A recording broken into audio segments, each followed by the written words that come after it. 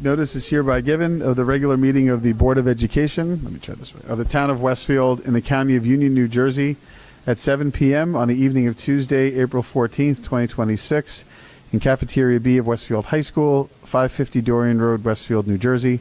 The purpose of the meeting is to transact the regular business of the Board and to transact any other business to come properly before the Board.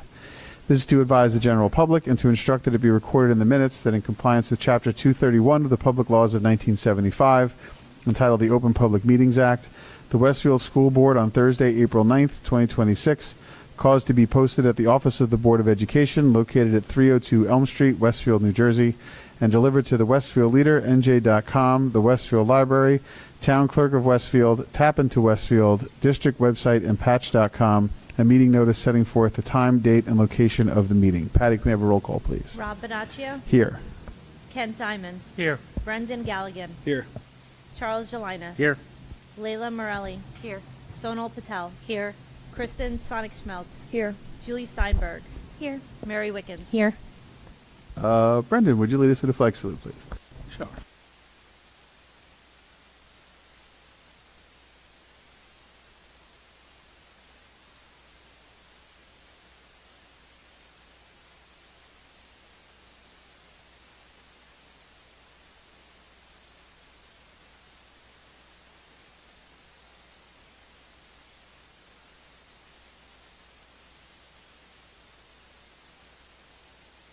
So before we start, this is going to be the last board meeting for two of our board members. And we have some resolutions for them that I will read into the record. We'll start with Brendan Galligan. Whereas Brendan has served for 13 years on the Westfield Board of Education with dedication to the children, families, and community members of Westfield. And whereas as president of the Board of Education from 2022 to 2023, and vice president from 2021 to 2022, Brendan Galligan demonstrated steady, experienced leadership. And whereas Brendan Galligan has served on every board committee during his tenure, including as chairperson of the Legislation Committee, where he monitored and communicated key developments in state and federal education policy, as chairperson of the Facilities Committee, where he helped shape the district's long-range facilities planning efforts, and as chairperson of the Policies Committee, where he applied his extensive and institutional knowledge of board policy to oversee important updates and revisions. And whereas Brendan Galligan brought to the board his collaborative approach, the collaborative approach of a lifelong Westfield resident and graduate of Westfield Public Schools, class of 2007, and whereas as a liaison to the New Jersey School Boards Association, Union County School Boards Association, Westfield Green Team, McKinley Parent Teacher Organization, and other community organizations, Brendan Galligan represented the Board of Education advocating for all students and families in Westfield. And whereas Brendan Galligan has been recognized by the New Jersey School Boards Association as a certified board member, a master board member, and a certified board leader, now therefore be it resolved that this Board of Education recognizes Brendan Galligan for his outstanding volunteerism and service on the Westfield Board of Education from 2013 through 2026. And be it further resolved that this resolution be presented to Brendan Galligan on April 14th, 2026. And be it further resolved that a copy of this resolution, attesting to the appreciation of the Board of Education, becomes part of the official minutes of this meeting. Congratulations, Brendan. Thank you.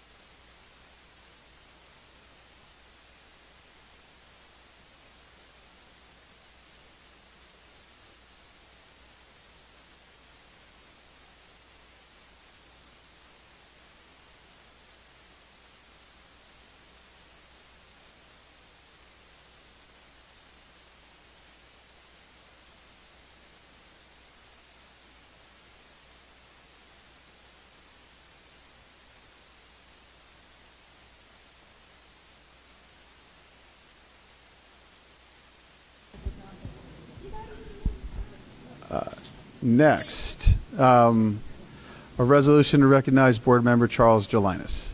I'm going to go with CJ because whereas CJ has served for 3 years on the Westfield Board of Education with dedication to the children, families, and community members of Westfield.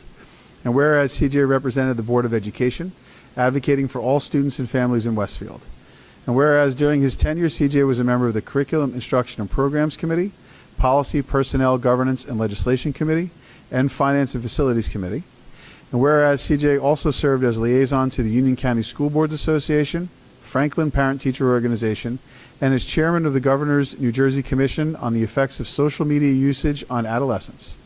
Now therefore be it resolved that this Board of Education recognizes Charles Gelinas, I'll be more formal there, for his volunteerism and service on the Westfield Board of Education from 2023 to 2026, and be it further resolved that this resolution be presented to Charles Gelinas on April 14th, 2026, and be it further resolved that a copy of this resolution attesting to the appreciation of the Board of Education becomes part of the official minutes of the meeting.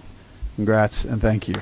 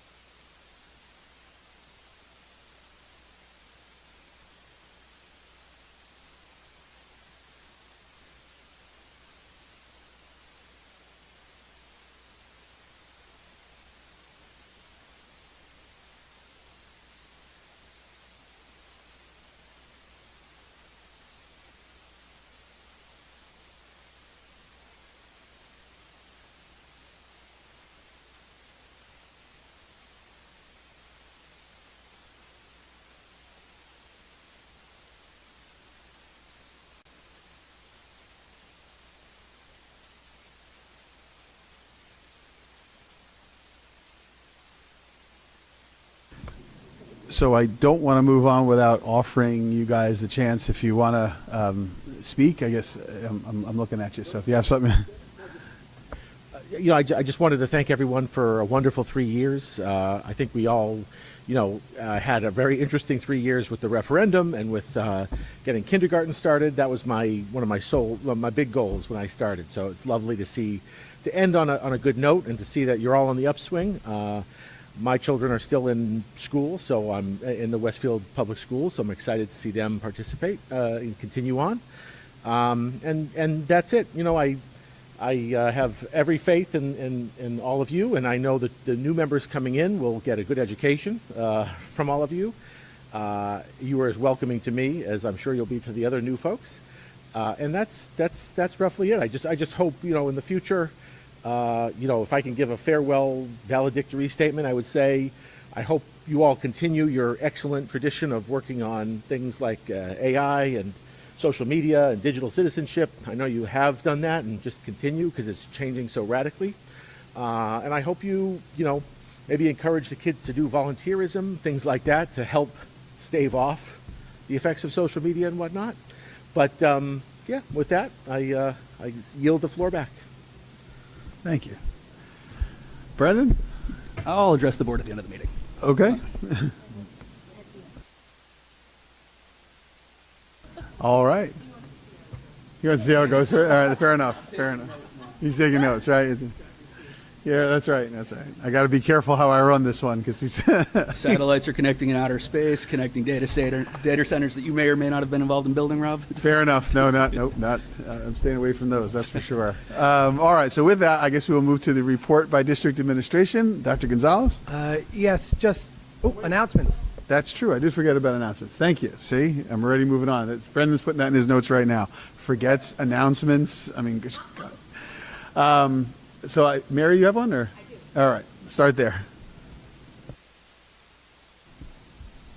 The Parent-Teacher Council hosted Board Candidates Night on April 8th at Westfield High School. The recording can be found on the district website as well as the district YouTube channel. The board election will take place on April 21st, and your mail-in ballots should have arrived. Kent? Thank you. 2 Westfield High School students, Juliet Lerner and their own Benjamin Zhao, have been selected to attend America's Youth AI Festival in Massachusetts this July. Representing Westfield High School as New Jersey's student AI senators, they will be joined by Dr. Gonzalez, who was also selected to participate in the 2026 Leadership and Innovation Fellowship. Juliet and Ben will collaborate with students from across the country to explore artificial intelligence, its impact on education and society, and the importance of responsible and ethical technology use. Student delegates will help debate and shape a new national student-centered AI policy for K-12 public schools, while Dr. Gonzalez will engage with education leaders from across the nation on the future of AI in teaching, learning, and school leadership. Congratulations.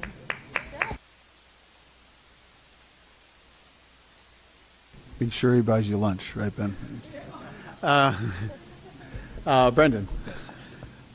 The Westfield Public School District is hosting Coffee with the Superintendent through April and May to share information about the referendum projects. Upcoming April dates are as follows: April 23rd at Jefferson Elementary from 8 a.m. to 9:30 a.m. and April 30th at Franklin Elementary from 8:30 a.m. to 9:30 a.m.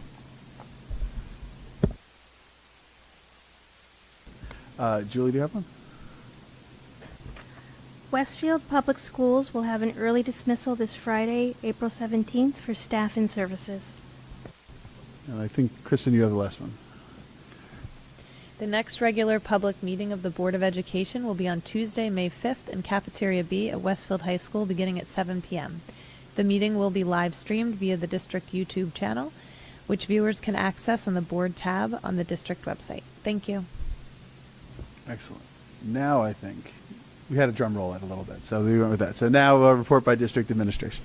Sure. This evening, the superintendent's report is going to take us through an experience where we will finally be able to hear an update on the referendum work that has been taking place over the last really 12 months. This fall, we had the opportunity to hear from FKA Architects as they work to prepare these plans and prepare them for submission to the DOE, prepare them for the work with our engineering and construction management professionals in order to get us to the point where we will eventually see these plans come into actual life in our classrooms and our buildings throughout the school. So this evening, I'm going to defer my report to FKA Architects and Legacy Construction Management to provide an update on the referendum and an overview of our construction management process. So at this time, I'd like to invite both teams up, and they will walk us through the presentation.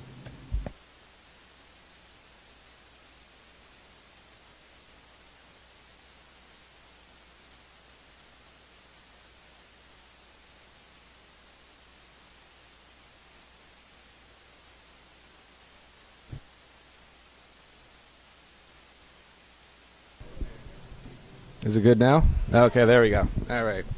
Well, good evening, and thank you for having us tonight. I'd like to thank Dr. Gonzalez and Patty Ramos for inviting us here to speak before you and give you an update on the referendum projects.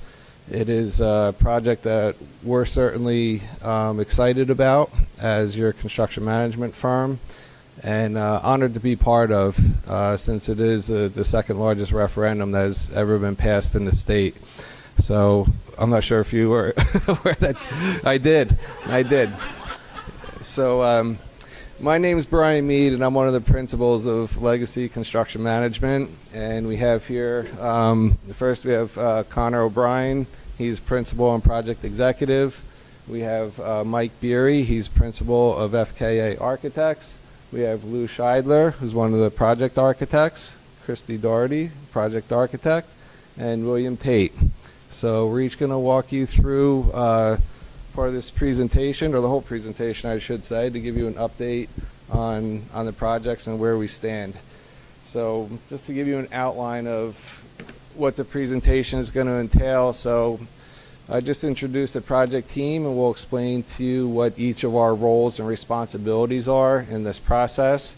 We'll give you an update on the status of the projects, what the timelines are for construction, a review of the designs, and what the next steps are. So we actually had our first job meeting today with the first group of contractors to which contracts were awarded. So we are off and running with your projects. To give you an idea quickly as far as FKA Architects and Legacy, what our roles and responsibilities are. So FKA, they are the designers of these projects. So they've been working for several years with the administration and with the board, working on the programming and getting the referendum passed. And since then, they've been diligently working with the administration, the educators, working and making sure that the program's properly implemented in the design through the various stages of design, the schematics, the design development, construction documents. We're currently through bidding and into bidding on some of the projects, and ultimately construction. So they will be working, we'll be working side by side with FKA throughout the whole process in pre-construction and during construction. As far as Legacy's role, we are your representative on the project. Okay, so we are your dedicated advocate looking out for the best interests of the Board of Education, starting with pre-construction, working with the team to make sure that the plans and specifications are as complete as possible to provide the best protections for the Board of Education throughout the whole construction project. We will have project managers on site throughout construction, overseeing the work by the contractors and making sure that everything's done in compliance with the plans and specifications, and working to facilitate any challenges that present themselves throughout the course of construction to keep the projects on schedule and on budget. So with that, I'm going to turn the mic over to Connor, and he'll walk through some more roles and responsibilities specifics. Put it here.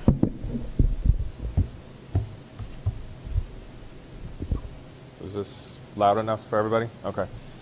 Good evening. As Brian introduced me before, I'm Connor O'Brien, project executive with Legacy, and one of the principal members as well with Legacy. I will have a continuous presence throughout the projects and be a main point of contact for the administration throughout the process. As Brian mentioned, we'll have project managers spread throughout the district through the projects, but I'll be the main point of contact for any higher up stuff, but also overseeing RPMs and working with the FKA to make sure that everyone's held accountable and that we're moving towards the goal of the projects, which is on time and on budget, and working through any of the problems. We laid out some of the roles and responsibilities for everybody involved with the referendum, and that includes the board as well as the administration. As the board and the administration, your role is obviously approving the contracts that we work through, working with setting the priorities for the specific schools with the administration as well as the stakeholders that are involved with those schools. Coordinating with FKA, making sure that we're meeting those requirements through the design aspects. Also from the roles as the board and administration, you guys would get updates from Legacy throughout the process, very similar to this, but also on other platforms to make sure that not only is the board and the administration, but also the public is aware of what's happening. So we'll work alongside the administration to make sure that all that is happening in accordance to make sure that everyone's happy with the progress. As Brian mentioned, the different phases through the construction a little bit. Pre-construction is where we're mostly been up to today, where we finally started our kickoff meeting. But through that, we have a role in making sure that we have cost estimates for certain projects, that we need to make sure that we're hitting the target for the budget through the design with FKA. We'll also do the constructability review for the projects. So we'll make sure that from a construction standpoint that the design makes sense, that it actually is going to be able to be achieved. And we'll review that and coordinate with FKA as well as Johnson & Urban, who's the engineering consultant on the projects.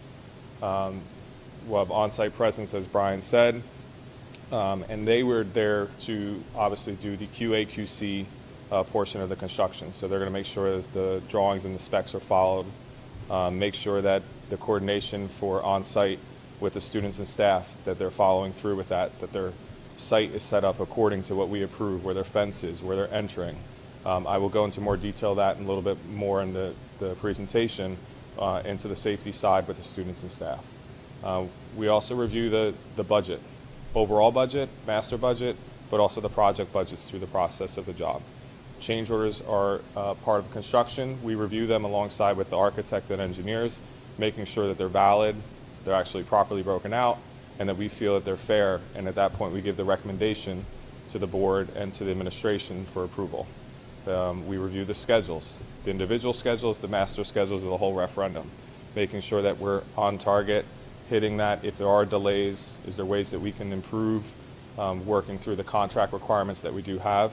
We'll get into a little bit more detail of that regarding the bidding and what options we have through the construction, because I know there's always questions as we possibly hit some delays and what our options are. Student staff protection, again, we'll get into a little bit more detail of that, but the overall, making sure there's separation from the construction workers and the students and staff, as well as the public who are not students or staff, just might be using the area, walking through the sidewalks and using the fields. We make sure that all the work aligns with your academic calendar. So you'll have testing that are at certain times of the year. We make sure the contractors don't work during that time period to disrupt it. We make sure that if there's assemblies, graduation, all that is part of Legacy's role to make sure it's properly coordinated. You know, if there's a snow day or something like that that gets used, and now we got to work a day that was off in your calendar that now is being used as a regular day, we have to coordinate the contractor. They can't work that day that school is supposed to be shut. So there's a lot of coordination. We have bi-weekly construction meetings throughout the whole referendum. We also have bi-weekly administration meetings to make sure that any little things that we're hearing from the administration or the staff, students, anybody, the public, that we're addressing it. We don't want to have a continuous repeated problem. We want to fix it and correct it along the way. And then also through our role is through the closeout. So when a project is done, making sure that the school, the staff, the facilities, they get all the documents that they need to make sure for warranties through the process. FKA plays a big role in that as well, making sure that the training is done. There's a lot of little components through the whole process from start to finish. Again, that's a little bit of our role in a lot of it, but we can go on to the, oh, I can hit it, right, next slide, sorry. Wrong way. Okay. We mentioned a little bit about FKA and their roles and the engineering consultant, Johnson Urban. As Brian mentioned, FKA is the architect of record. They're leading the design. They're leading the schematic design, the development, the construction documents, the bidding. Mike and his team will get through that as well, some of the bidding, and the construction administration. So that's a lot of submittals, RFIs, approving the change orders officially through AIA documentation. We have structural engineers involved, mechanical engineers, electrical, plumbing engineers. They work in coordination with FKA, making sure that the drawings and designs are properly put together. We check the constructability. We also have weekly meetings, the three firms remotely, so that we can go through any little things to make sure we're all aligned. We also have environmental components of the project. These are old schools. There's a chance we come across something. We test everything that we can before we go out to bid to make sure we know what's there and what we have to deal with. And also if there's a requirement, if we unforeseen item comes up, that we make sure it gets tested and we're not exposing not only the workers but also the students and staff. And then Mike works through, and his team, FKA, works through the DOE submissions and the approvals, OSC, to make sure that all the documentation and all the bids align with the bidding requirements to ensure we do not have any issues or challenges through the process or any legal issues that the district would have to deal with. I think And at this point, I will turn it over to FKA. Thanks, Connor. Good evening, everybody.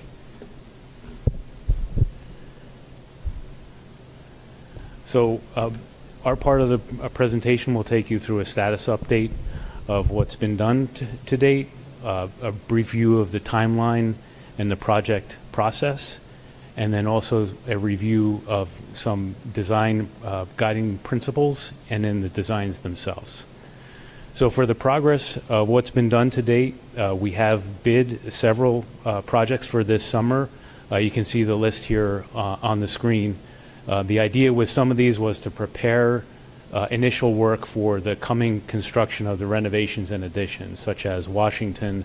We bid a site work package to install the drainage there and prepare the playground area so that can be relocated before the construction of the addition happens there. The same with Franklin. We have the drive loop going in, the front entry modifications, and the relocation of the mechanical unit that's currently sitting in the courtyard of that school. And then at Edison and Roosevelt, we have the media centers renovations, and then Tamaulipas Wilson and the high school, we have some restrooms being renovated over this summer. So those have all been bid. The Franklin projects are out to bid right now, or at least one of them is. So that will be awarded soon. So the final project was the electric service projects for all 9 schools. And if you recall, we put this out early because of the industry lead times on the electrical equipment, so that we can get a head start on this and we can have the electric that we need for the addition and the air conditioning installed in time for the construction.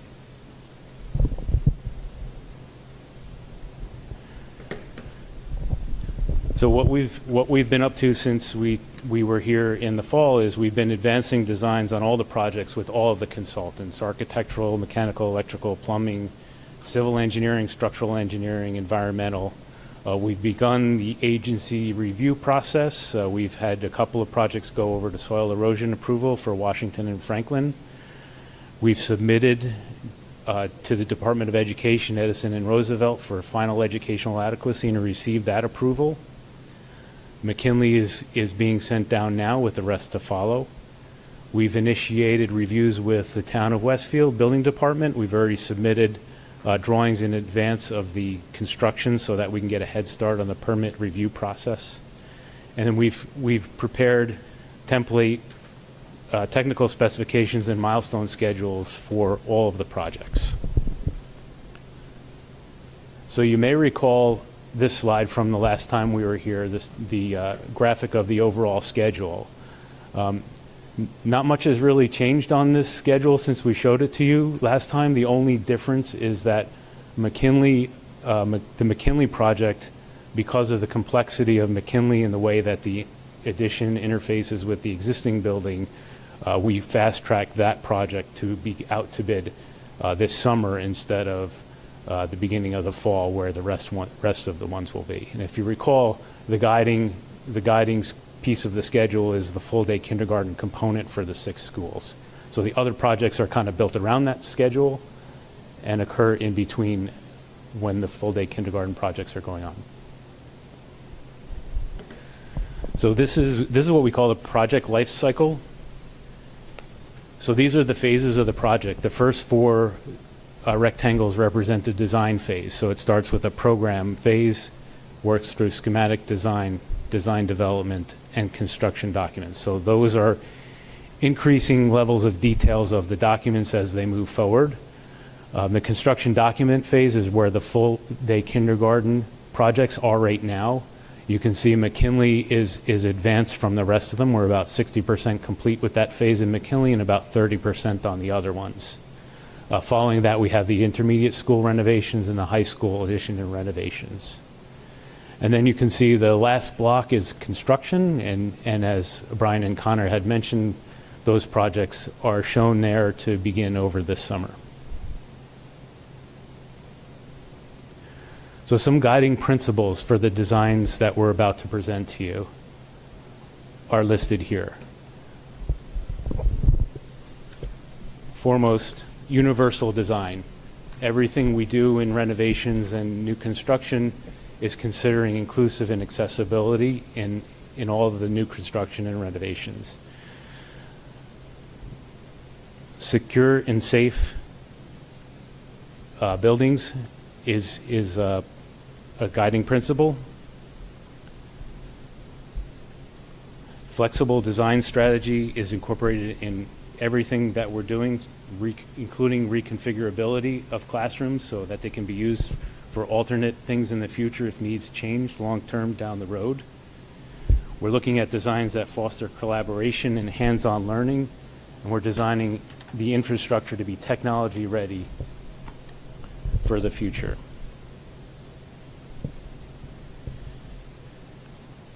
In addition, we're looking at both inside and outside the building, clear circulation patterns and wayfinding to make it easy to navigate sites and buildings and also make the pathways accessible.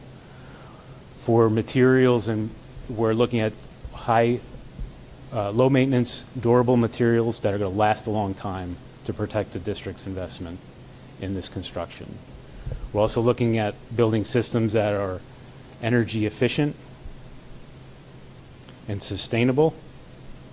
And finally, we're respecting the architecture of the existing building. We have several historic buildings here, but in every case that we're adding on to, we're cueing on the existing architecture, and you'll see this in some of the designs that we present to you, how the new is going to relate to the old in a complementary way. So we're going to review the design at this time for each of the schools, and I'm going to call up Lou right now. So each of our project architects will review the projects that they're currently working on.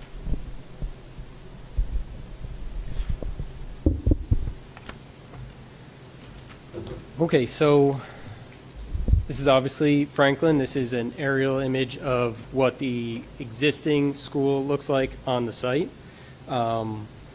As you can see, it's a little tight, so it presented some challenges in regards to how do we fit an addition in to accommodate the growing needs of the school, but also how do we do so while preserving the historic look of the early mid-1920s original school building. This is an same aerial shot, but now showing where the addition is placed. It's placed within that center courtyard, centralized on the existing circulation of what you currently have between the 1929 original building and the 1955 addition on the far end.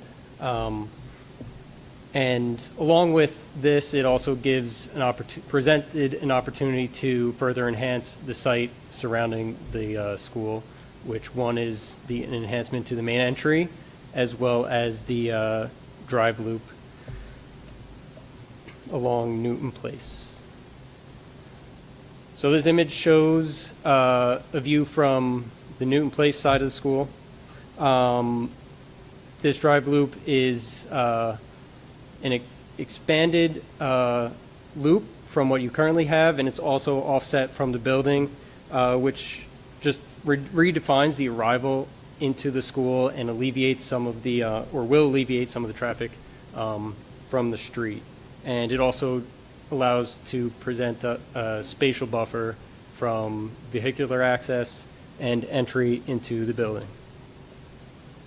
Moving around the building to the left towards Prospect, this is a view from that corner. So now we get to begin to see that new drive loop, as well as your proposed new renovation to the main entry, which I will talk about on the next slide. So this main entry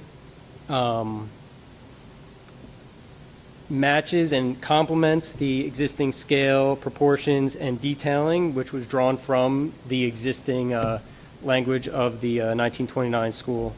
And it just reinforces the building's civic presence and just further reestablishes that this is the main entry while providing full accessibility to address the contemporary standards of accessibility guidelines and laws.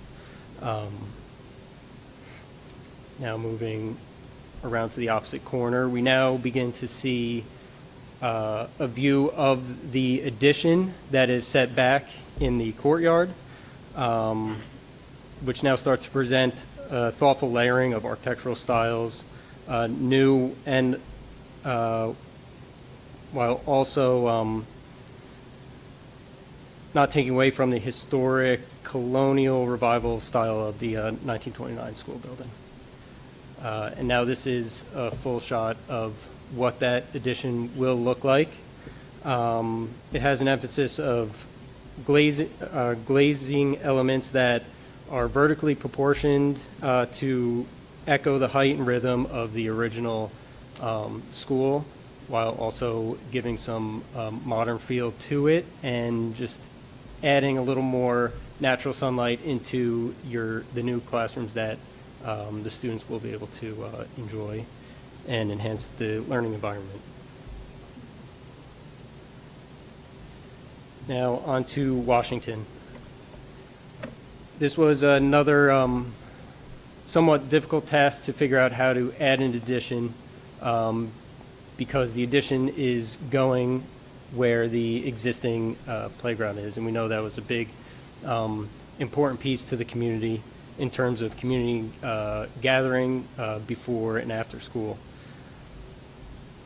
So the addition extends off the end of the 1955 wing, and you'll see on the further slides that this also continues the existing lines of the original school in terms of materiality, window heights, and the such, but we also are able to provide some more contemporary elements and design pieces to this. So this is a view of the courtyard, and this is a separate addition from the main, obviously. This little addition is for a music room, which fosters some programmatic efficiencies because it will be situated across from the multipurpose room.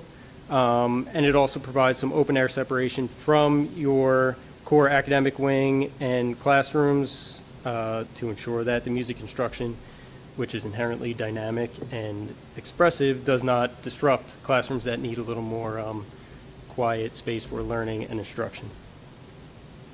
Now coming around to the front corner of the addition, you can see the end continues on with a matching brick and style of windows.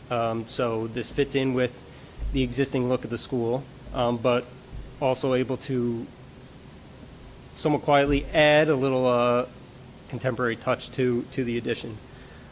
And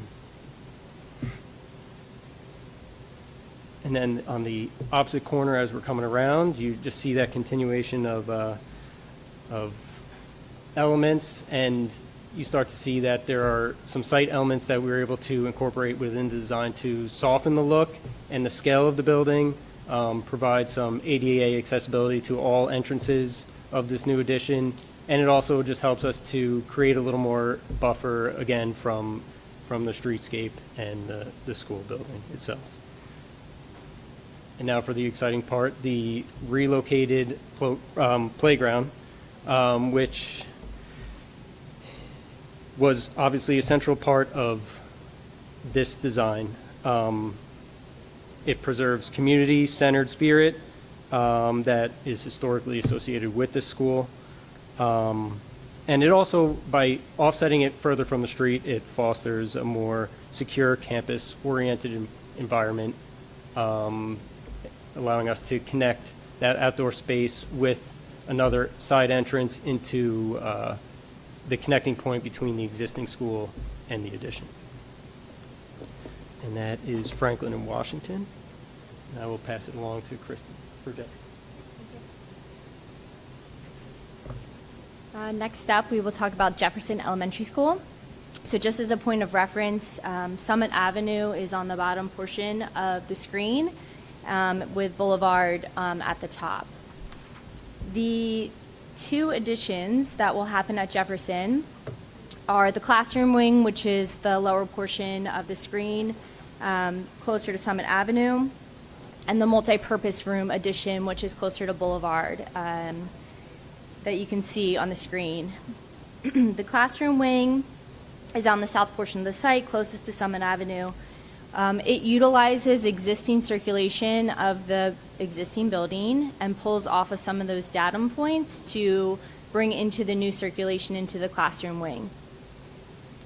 The multi-purpose room addition is an elementary-sized basketball court, accommodates an elementary-sized basketball court, some storage, and also an office. It is at the north side, adjacent to Boulevard, and also near the existing main entrance of the building. There are accessible paths that connect the addition to the existing building. They're surrounded by open lawns, pedestrian walkways, and courtyards. This offers multiple gathering and instructional spaces that you'll see later on in some of the renderings. Two components for the classroom wing that you can see on this image are the skylights.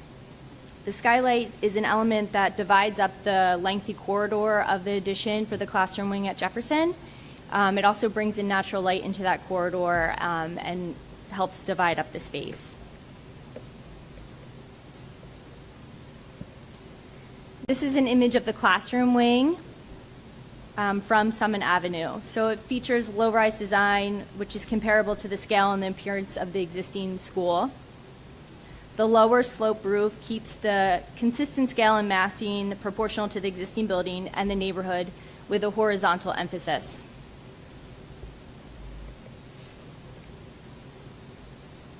This is an entrance of one of the classroom wings. You can see in this image that we're using materials like the brick is used to clad the addition and it's consistent with the traditional palette of the existing building. There's translucent panels above the windows that will help provide diffuse natural light into the instructional spaces, as well as a contrast on the facade. As for access to the classroom wing, the entries are accessible through gradual slope walkways, ramps, and steps. They connect to the existing pathways that surround the campus. This offers areas for gathering spaces. They're created through these multi-level spaces that are created from the natural slope of the site. And here's an image of within that classroom wing addition, creates an interior courtyard. So this allows for an outdoor instructional space, providing a flexible outdoor environment for teaching, group activities, and learning opportunities. Another great feature of this element is that it brings a lot of natural light into the adjacent corridor.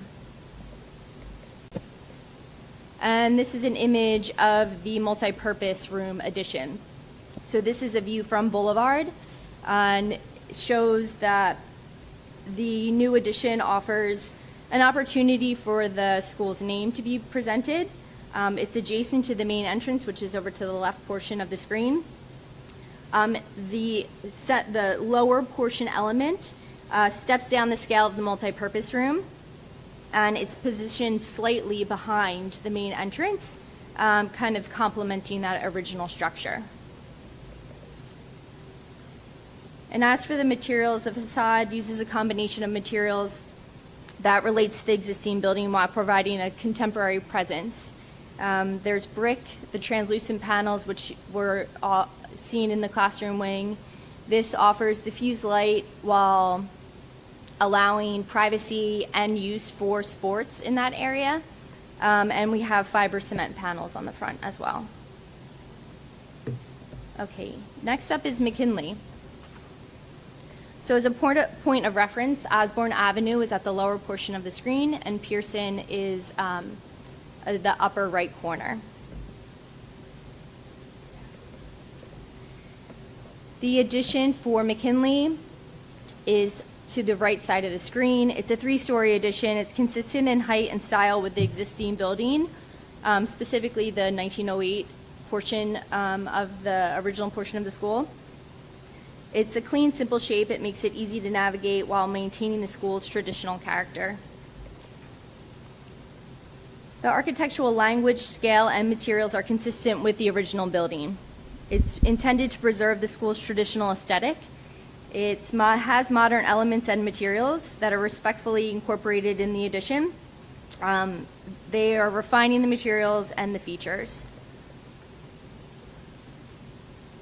The addition will extend the front pathway to the new entrance, preserving the large open lawn space adjacent to the building on both the front and side portions. And it's still providing sidewalks to provide safe pedestrian circulation and accessible circulation as well throughout the site and to access the building. One of the great features that we've integrated into McKinley is offering a true main entrance to the school. And it's providing also, with this main entrance, provides adjacent administration space. The highlights of it are the arch vertical entry element, which displays the school's name proudly. The glass provides natural light to the lobby area and also the rooms above. It has that elevated roof line at the main entrance, which adds emphasis and hierarchy, and the visual focus for the main public entry. And this is a view from Pearson Street. It's just showing some of the traditional materials that we're utilizing on the addition. With some cast stone accents that frame key architectural elements. It provides details to break up the facade as well. There's some areas like the curtain wall of glass that brings natural light into corridors, providing welcoming and inviting areas for circulation. Thank you.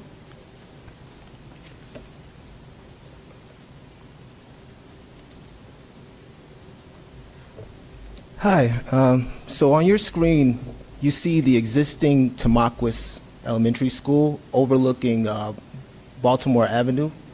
What this image shows is it highlights the space limitations which prompted the need for the expansion for the kindergarten classroom. You can see right now that the site is very tight with regards to the massing.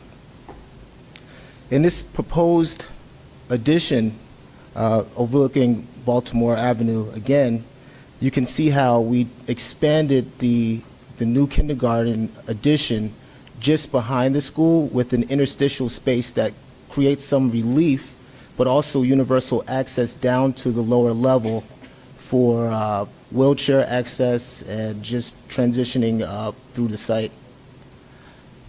This view right here is facing back, and you can see how the new addition borrows from the existing fabric of the masonry and seamlessly integrates with the campus.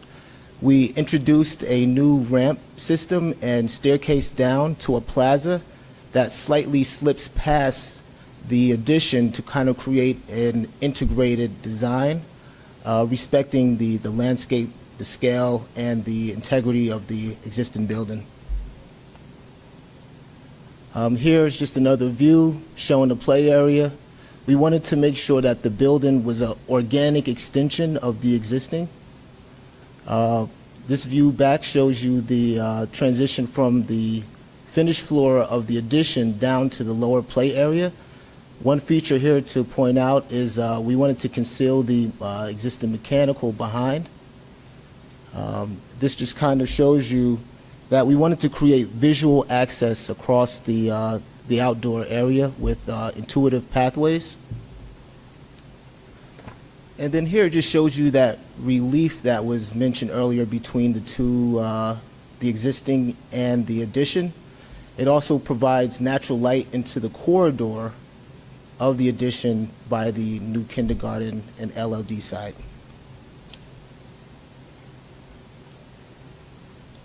On your screen, you see Wilson Elementary School, 6 classrooms, renovations with 2 small group learning instruction classes divided by 1 classroom. The concepts here were we wanted to create a modernized environment for the students in an open space utilizing new teaching methodologies We wanted to bring in natural light. You'll notice that the furniture here is actually mobile. We integrated new bookcases, individual cubbies, and a reading nook for the students because we thought that was important as part of the design. Here's just another view showing you the another perspective of the space.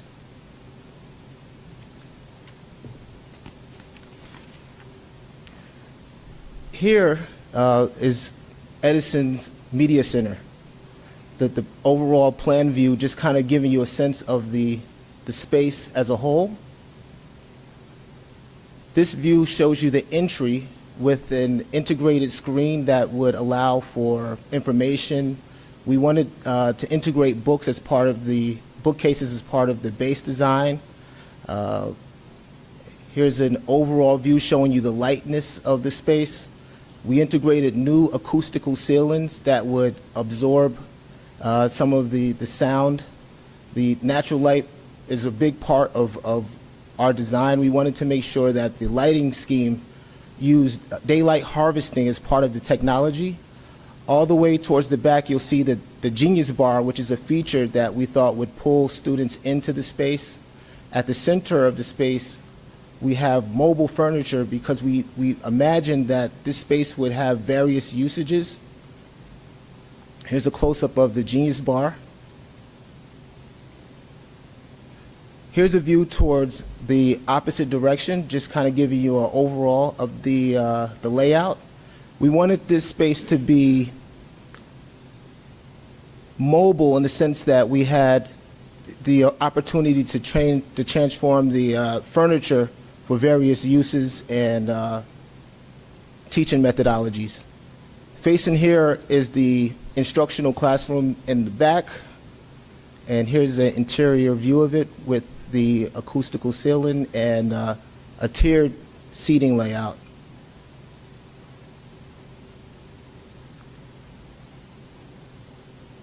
On your screen here is Roosevelt, the Media Center, which is similar in the sense that we wanted to create an open design.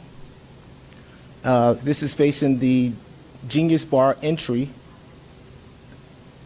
Here's a view through the entire space, showing you the layered system that we created for zones.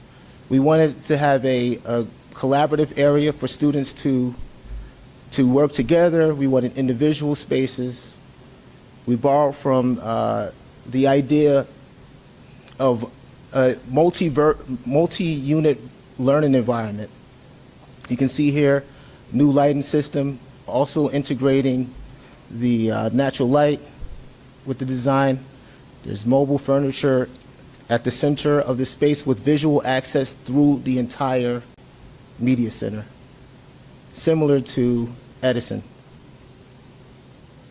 Here's a view facing the screen and the classroom towards the back.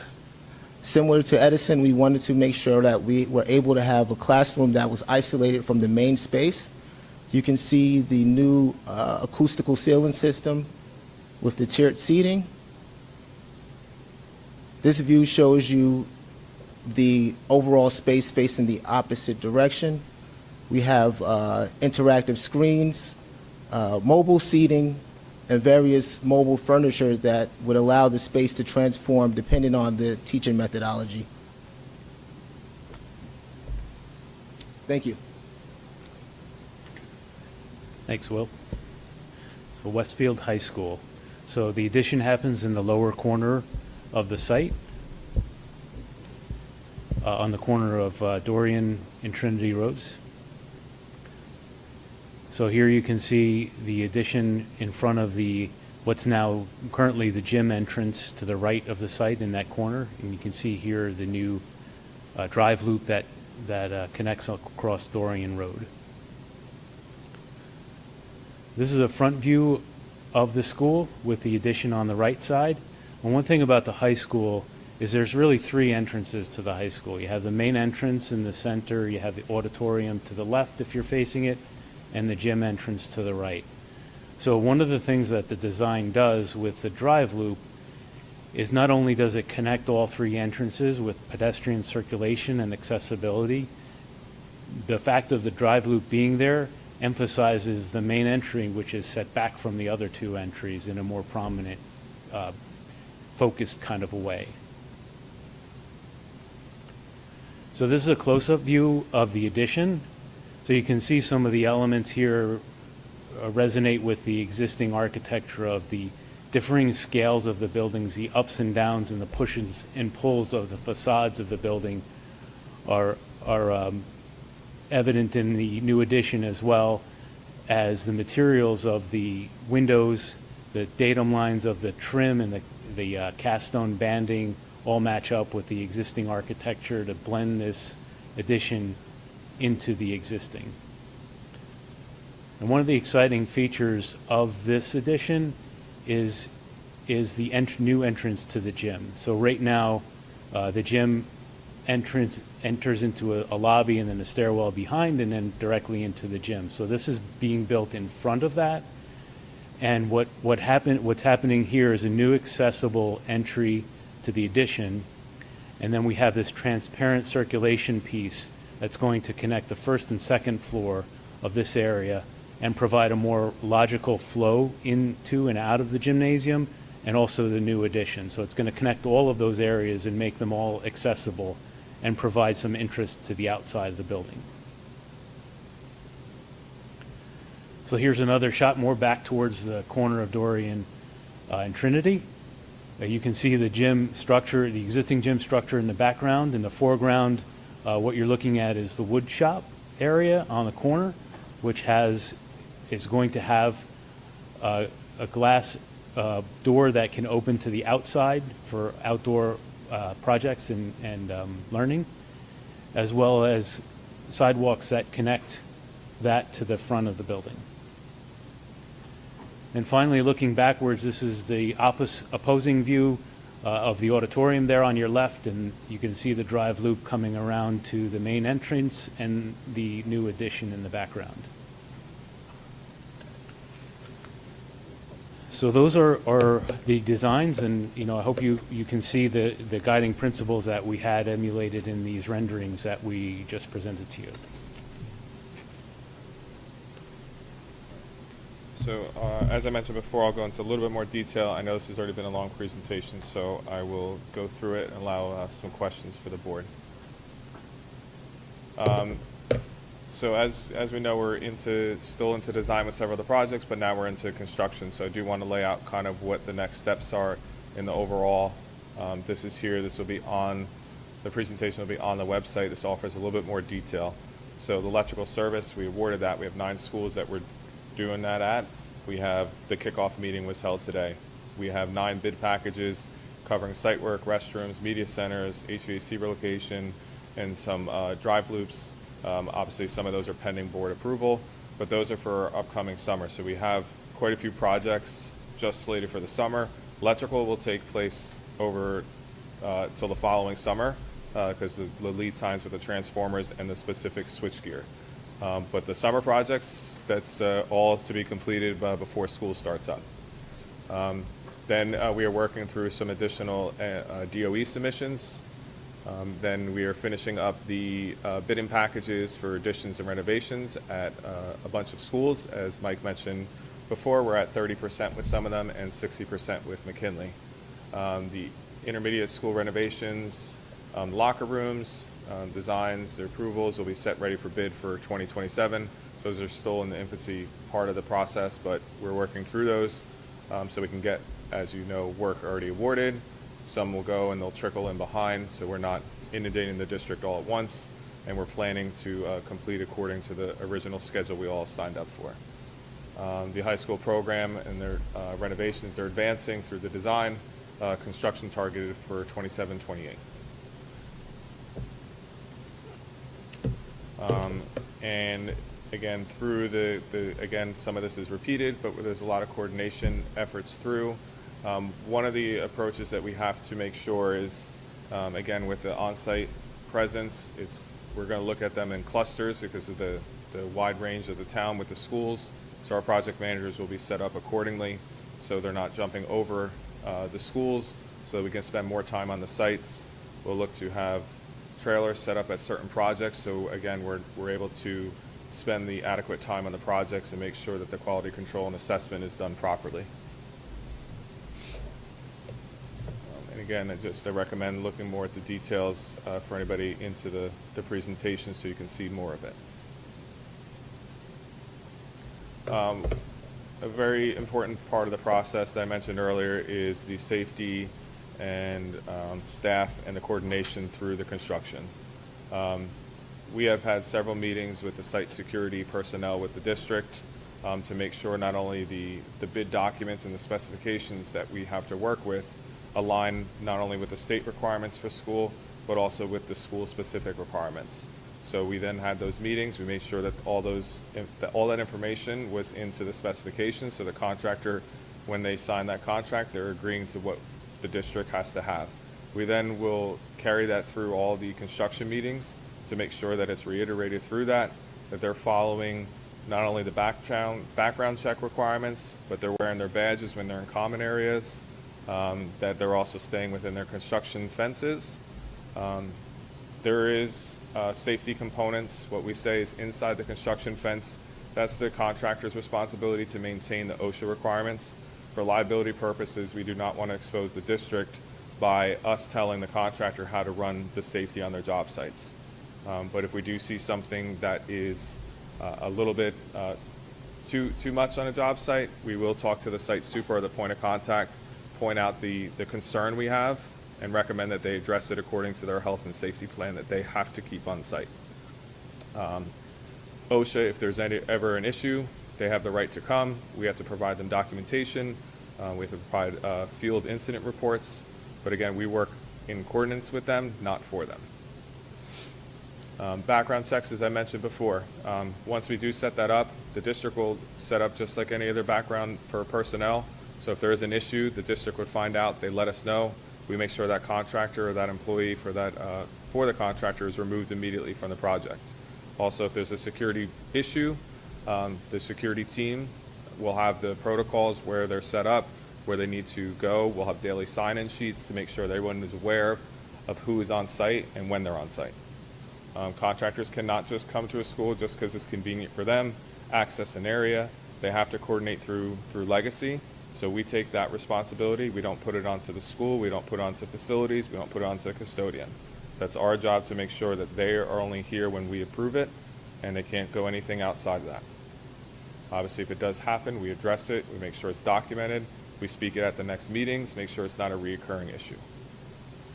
We also want to make sure that we protect the school as far as the structure, not making sure we disrupt the neighbors. Some of these schools are right up against neighborhoods. So we want to make sure deliveries don't show up at 5 o'clock in the morning to drop a dumpster. We want to make sure that we're avoiding bus drop-offs and student drop-offs at certain busy times. Again, we plan for it as best as we can. We make sure it's documented.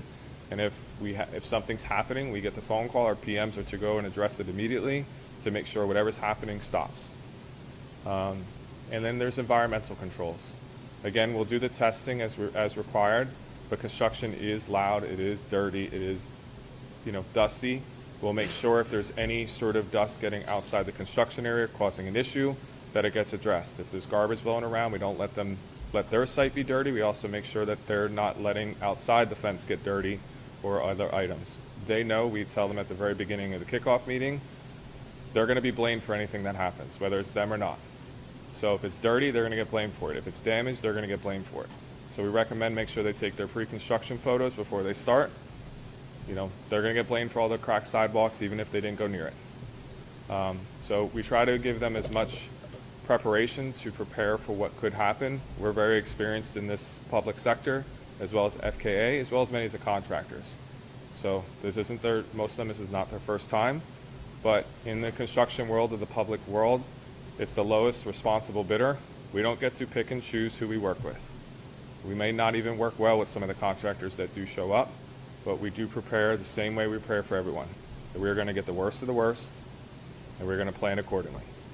We're going to prepare that one day maybe there's issues, so we over-document, we create a file, make sure everything is stored in the cloud. So if there's ever an issue that unfortunately an attorney needs to be involved with, We just hand over the documentations, they do with it. We all want the projects to go successfully, so as the contractors, but at the end of the day, the contractor is here to make money. That's their business.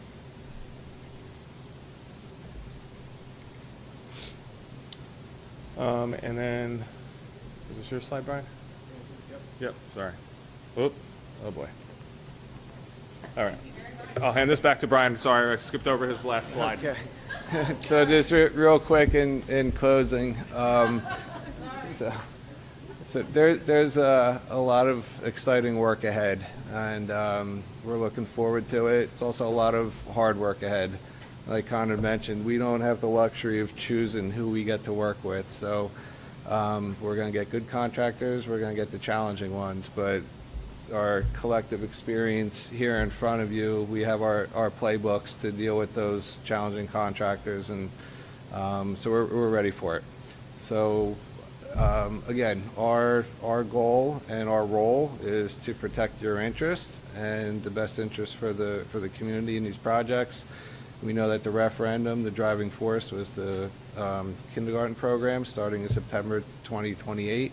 So all of our schedules and our planning are beginning with the end in mind and working backwards. All the work that's happening this summer is setting the stage for the major projects. And yeah, that's our presentation. So thank you for allowing us to come here this evening and sharing it with you. And we'll turn it back over to Dr. Gonzalez.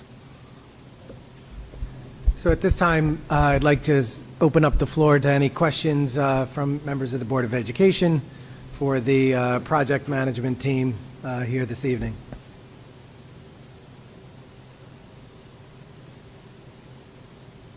Julie? Yes. Well, first of all, thank you for so much work in a relatively short period of time. And to everybody on the board and Dr. Gonzalez, Patty, and your entire team for just a tremendous amount of work. This is very impressive, and I'm very excited to be part of it and for what's coming up this summer and to see the work and to see shovels in the ground. I do have a specific question because as we were watching, I was seeing a lot about parking. This is a very specific question, but I'd like to understand some of the ADA changes, especially around parking, because I imagine parking is changing. And I was wondering if you have a sense at this point about handicap spots in and around the different schools and whether or not there's going to be a change in the number of them, because I do see that you've also opened up several handicap spots. I saw at the Jefferson site, and I think at one of the other elementary school sites you actually are giving more clearance on each side for several of them. So I just wanted to see whether or not there's the same number or if there are more or less for the different schools and in total. Bless you, Mary. And if you could comment on that, because that's always been a little bit of a challenge. And also, like, if you have a sense of proximity to handicap accessible egress to the ramps that you're building in too, because I'm sure that that's been part of your strategy. Sure. So thank you for that question. As you know, most of this parking is on the street for a lot of the schools. So we have looked at that and the accessible routes of all the schools. We actually have to show them on our DOE plans. They review that as well. We do have opportunities, particularly like at the high school, where we have the loop to add accessible parking in a more close way to the front of the school. So everything we're doing in terms of the new is looking at the accessible routes from where the parking is to inside the building, and then what we can do within the building within our own renovation and construction area. Obviously, all of that is going to be accessible as well. So in terms of quantities, I don't have that information in front of me right now, but we can put that together and send it to the board. But is there been an effort to make sure that, for example, not only are they close to the ramps, but also that the ramps are always entering at the main office? So, for example, at Jefferson, I was noticing that there are new spots with much more egress on both sides, but they're entering from the rear, which is fine, but I just want to make sure also that there's front entry so that people, both students and also staff and visitors, Right. can enter the main office with dignity. That is the goal for the work we're doing, yes. Okay, thank you.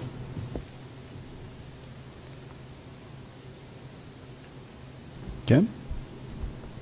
Thank you. Thanks for the great work you've done. Just a couple questions. The PSEG, the electrical lead time, so we're on target with that? There shouldn't, no hiccups planned at this point, right? Just even simple. Formally answer it. Yeah, Is it on? because that was so important. Green. That makes sense. Crisp. So we've already had on-site meetings with PSE&G to be ahead of it. We already got the ESI numbers. We've already got transformer locations that were in the drawings that we went out to bid. So to make sure that we don't have any movement, any change orders going into start a job.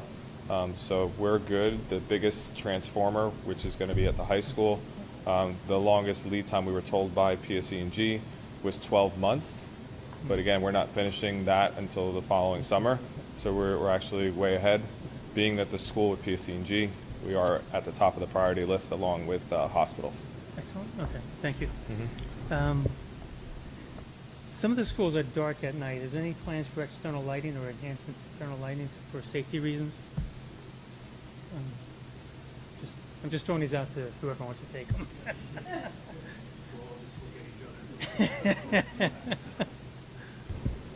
Okay, so at the addition, where we're doing the additions and the drive loops, we're looking at lighting in those areas.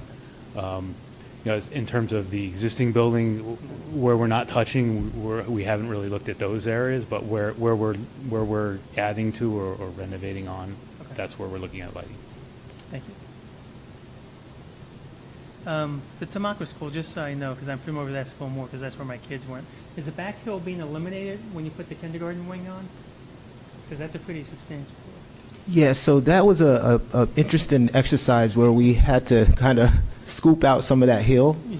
And so we will be excavating some of it and then introducing that new ramp system that you saw with the staircase. Okay. But we would have to basically chop down to level it out with the existing soccer field level. How about the hill that's paved? Because I know the kids love to put their bikes down that. Oh, yeah, so that side, the opposite side, we're going to keep that essentially where it's at. Perfect. All right? Thank you. Thank you for your question. The Jefferson School, the outdoor classroom, just as you guys were going through it, it looks great, but I know Tamaqua had an issue, so they put a canopy over it. Is there, at some point in the future, the option to have a canopy go over that outdoor classroom for the little kids? I know, you can say no, it's okay. Right now, it's not programmed to have an outdoor canopy. One of the features about that versus Tamaqua is we are adjacent to buildings on the existing building on either side. The depth and the amount of sun that enters into that space is not as pronounced as what you see at Tamaqua. Okay. So in the future, could there potentially be an option for that? We could definitely look into that, but the amount of sunlight that is entering into that space is not as much as some of the neighboring schools. Okay, thanks. And then it's just a question when I saw the Wilson one. I know we've got new furniture for grade 1 and grade 2. Is that going to be in line with the furniture that's going to go into Wilson? Do you know what I mean?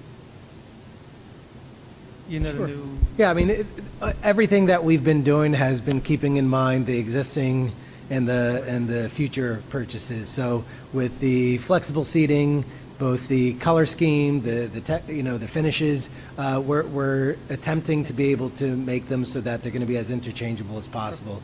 In the world of kindergarten, you're probably going to see less individual desks as you would see probably larger tables for them to work through. But again, following a similar sort of design and color scheme that you see across the board. So what we're doing in first and second grade is certainly going to be influencing what we do in kindergarten as well as what we do in third, fourth, and fifth. Okay, thank you. That's all my questions. Thank you. No more, no mas. Brendan? Good. Yeah. Great presentation. It's really nice to finally see some renderings in how they'll sit with the existing schools. Mike, I know I've asked you about this before, but when it comes to the things that will stop a project, technical things that require coming from a manufacturer, whether it's switchgear, HVAC equipment, all that kind of stuff, where are we in the process of having that spec'd out? And are we going to be looking at that as a separate bid or combining those all into one, combining everything into different bids, but based on school instead of pulling those out separately? So we haven't finalized exactly how the bid packages are going to be grouped or not grouped at this point. Right now, we're designing everything, and that's part of an upcoming discussion that we're going to have. In terms of lead times, we identified the electric as the major one that is, Yeah, that's your is sort of critical path, for showstopper. sure. That's why we did we organized the projects the way we did. The rest of these, we in conjunction with Legacy have developed a schedule that is sufficient to handle the addition and renovation work that is in the referendum. Do you guys want to add anything? Or?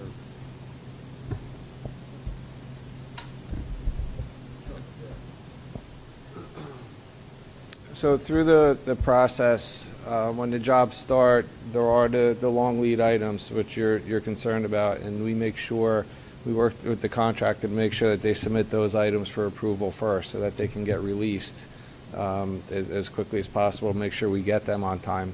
After that, one of the things that Legacy does is we have relationships with manufacturers that we can call, and we could get honest answers from the manufacturers as far as the status of lead times on various things, because contractors aren't always forthcoming with the most accurate information. They share with us what's to their benefit.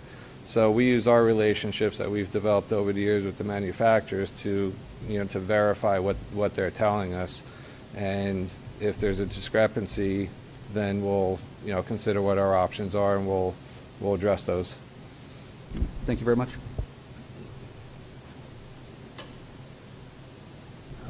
Mary, I think you're up. Thank you. So obviously from my expression earlier, I'm not on the finance committee, so number one, I'm completely blown away by everything that you guys have done. First, I want to say to the architects, I appreciate as a lifetime resident here that you have kept the integrity of the neighborhoods and the schools into your designs. I think they're beautiful, all of them, amazing. In addition to, accommodating our students with special needs and thinking about their how much they can enjoy and be part of the school communities, and the Legacy company. Sorry, I'm terrible with names, but I'm very excited that you have incorporated somebody being just anybody who's done home construction, having somebody there on site that a general manager who's there to take care of issues and is present is very important, going through this process for us, in case things come up. And in addition, taking into account the safety of everybody that's not only in the school, the kids and the staff, but also the neighborhood. So I thank you for that. And also taking into account all environmental issues that may arise from all of the construction. So thanks a lot.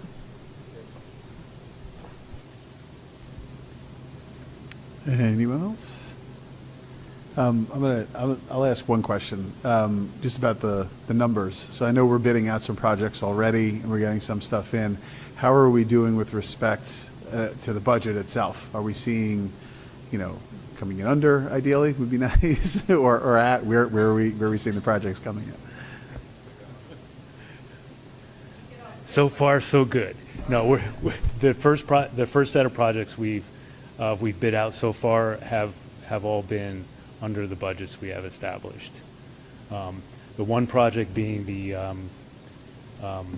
entry, we had a little hiccup with the bid, where the low bidder didn't include what he should have. So that one's kind of like the only exception, but all of the other projects are well within, or well underneath, I should say, the budgets that we had put together.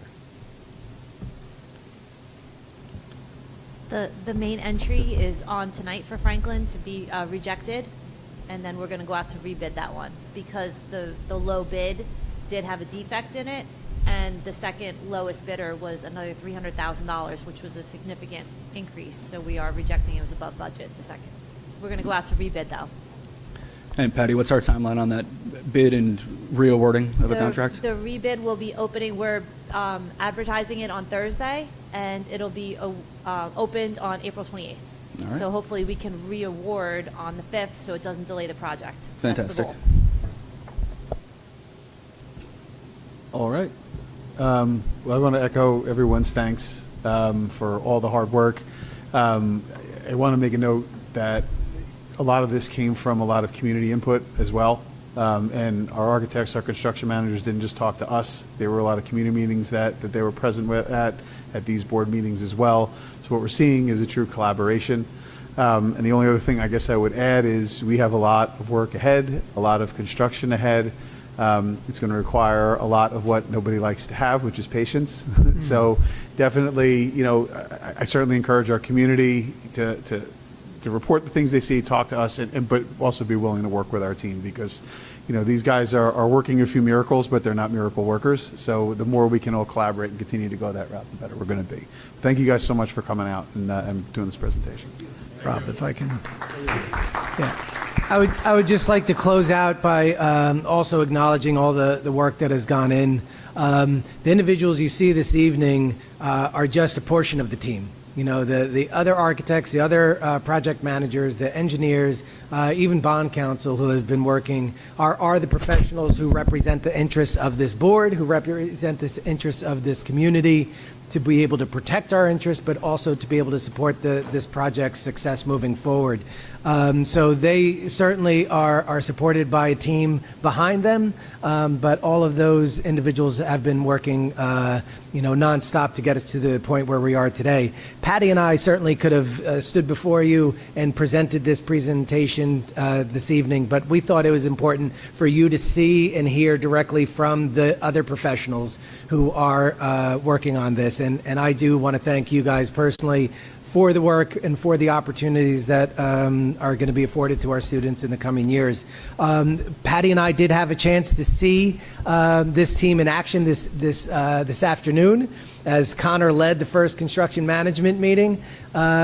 He may seem like that cuddly teddy bear right now, but I assure you our interests are well guarded, well protected, well supported, and our construction companies, I think, will absolutely follow the lead of these professionals. But they'll do so because they are being guided professionally, strategically, effectively, and efficiently. Everything that you heard today, we were able to see in a hour-long, multi-page agenda that touched on each of these clearly and explicitly. So again, I just want to be able to make sure that the Board of Education is aware, that those who are watching and those who are listening have the absolute confidence in the team of professionals who are going to make this dream a reality for Westfield. So thank you, and thank you all for this opportunity. Thank you. Excellent. I think you have a new nickname, Connor. That's good. That's going to follow me around for a long time now.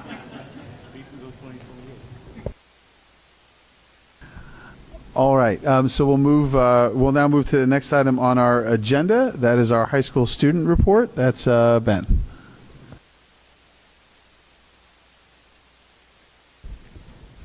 Right before spring break, WHS, with a combined effort from the SGA and Community Service Club, completed its annual Community Service Week.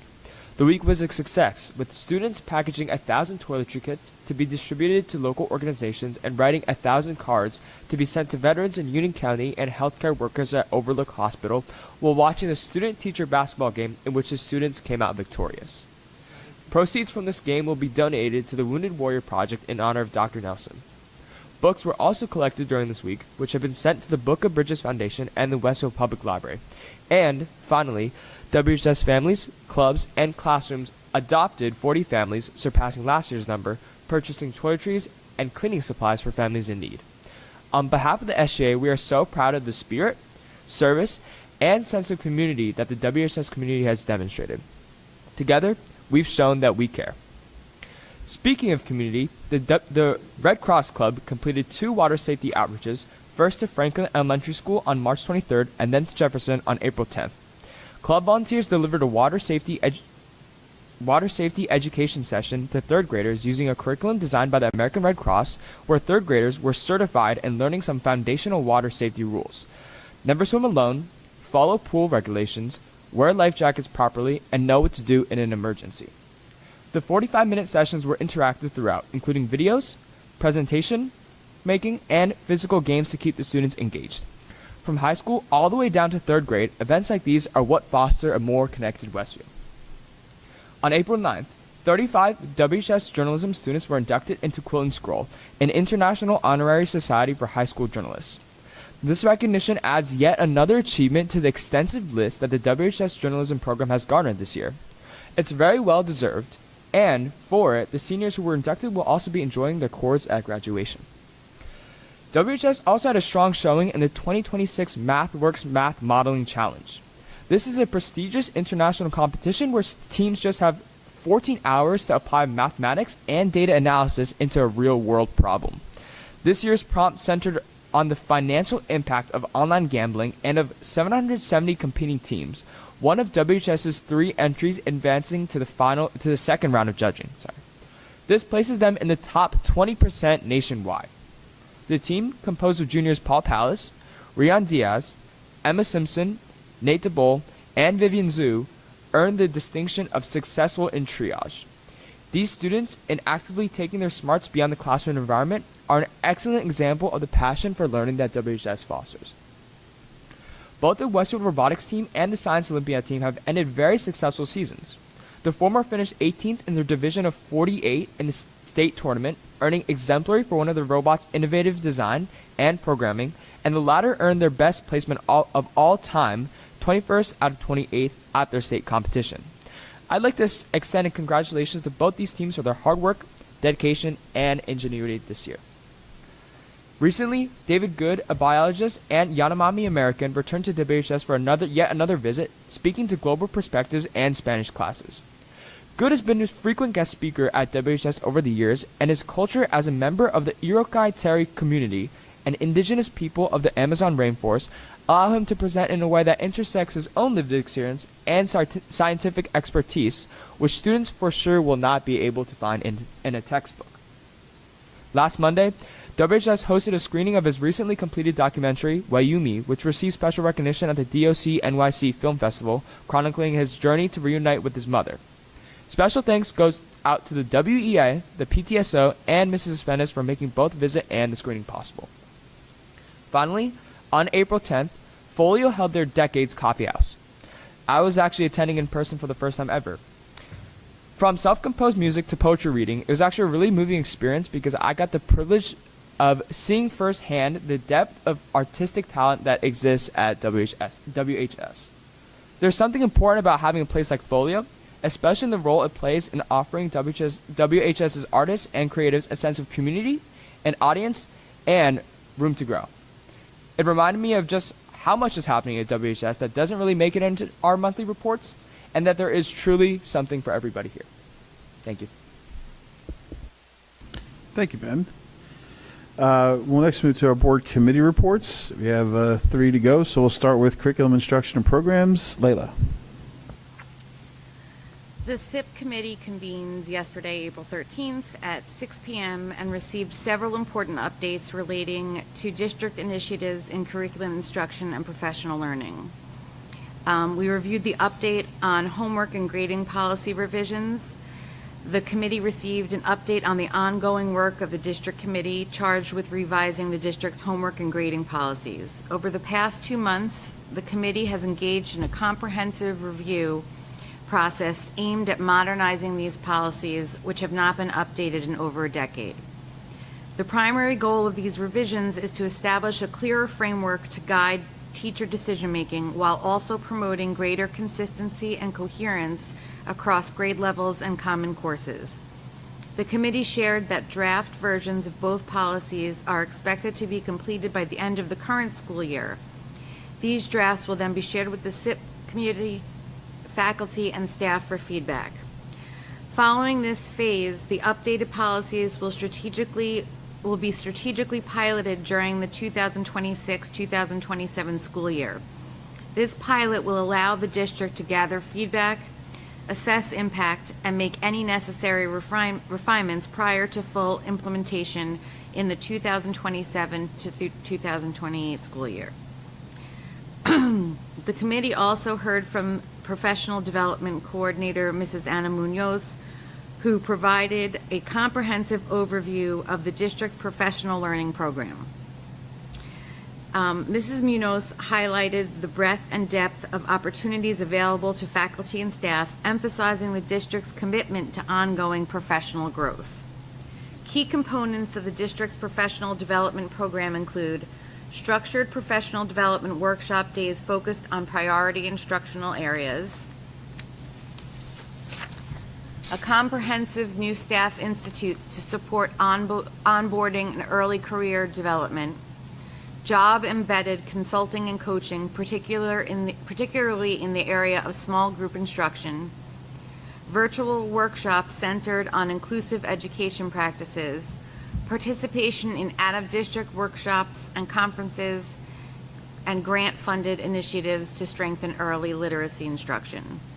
Mrs. Munoz also noted that professional learning this year has been delivered through a variety of formats, including in-person sessions, asynchronous courses, and virtual workshops. This flexible approach allows the district to better meet the diverse needs of the staff while also evaluating which formats are most effective. We also discussed resource adoptions, Otis and SchoolLinks. The committee received information regarding these two new platforms to support student learning and post-secondary planning. Otis is a platform designed to unify assessment, grading, and data analytics to support instructional decision-making. SchoolLinks, a college and career readiness platform that enhances student planning through interest exploration, goal setting, and alumni connection, was also presented.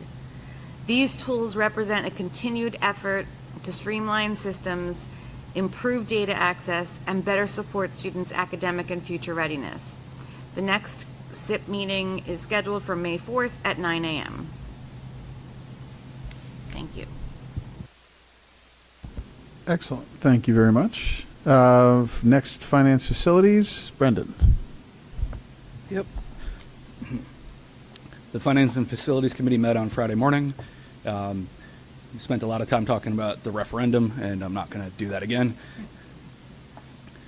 Starting with health benefits, March was stable for our medical insurance. It's a welcome change. It's not a reduction, but it's at least it's not getting worse. But with the good comes the bad, and our prescription costs were up 26% compared to the same time last year. The most of that is from more of our staff taking GLP-1s. All good things. They'll get healthier. Long-term savings will be there, but we're not. It's expensive now. We operate on a year-to-year budget cycle, but healthy staff is good for us long-term. Next, we talked about creating an SOP for our RFPs, so an operating procedure for our process where we solicit proposals from our professional service providers. We created a timeline for reviewing all of the major recurring professional services, so that'd be our attorneys, our auditors, architects and engineers, couple others in there, food service. And insurance brokers. And insurance brokers. It doesn't include things like special education service providers. That's handled entirely administratively. We set parameters for when they should be reviewed and when they shouldn't. Like, even if we agree that we should review our architect every 5 years, we're going to be in the middle of a project. We're not going to make a change without real good reason in the middle of a project. So things like, there's some flexibility, but there is a framework to follow. It's good to always see what's out there. We also talked about a code of conduct for our transportation services. Right now, there's only a very vague reference in the student code of conduct that says students must behave on the bus, with even vaguer punishments if they aren't.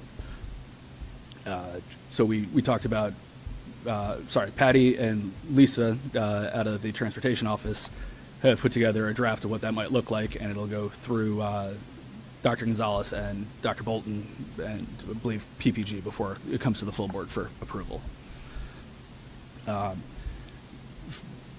Also in transportation, Durham Bus has agreed to renew their bus routes for next year at 3.25%, which is under what they were. They could have increased the contract under our current terms, which is pegged to CPI, or almost 3.6%. Because Patty put the request in early, we got in early before diesel doubled in price. So thank you, Patty.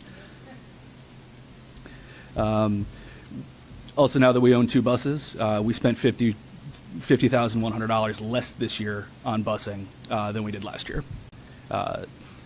Once we add in the cost of hourly wages for our bus drivers, we're still saving well over $30,000 this year with 2 buses.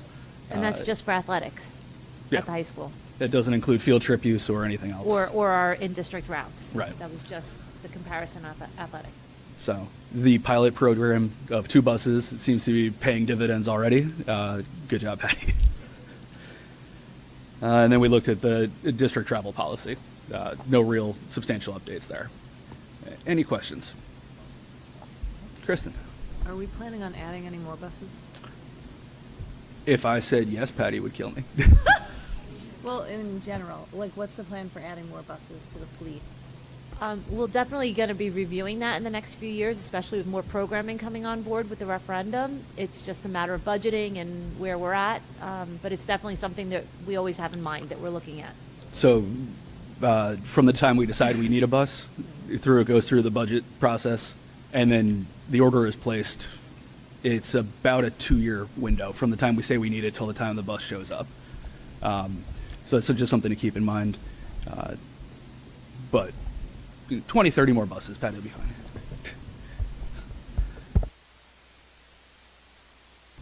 Excellent. All right. Next, policies, personnel, and governance. I think that's Mary. Yes. Okay, thank you. The Policy, Personnel, and Governance Committee met virtually on April 9th from 4 to 5:30. In attendance from the board were myself, Sonal Patel, Rob Bonaccio, Layla Morelli, and administrators Dr. Gonzalez and Dr. Greer. The meeting began with a personnel review by Dr. Greer, focused on several updated technology department job descriptions, including network manager, assistant network manager, systems administrator, and instructional technology specialist. He was very patient in letting us know the differences between all of those jobs. Thank you so much.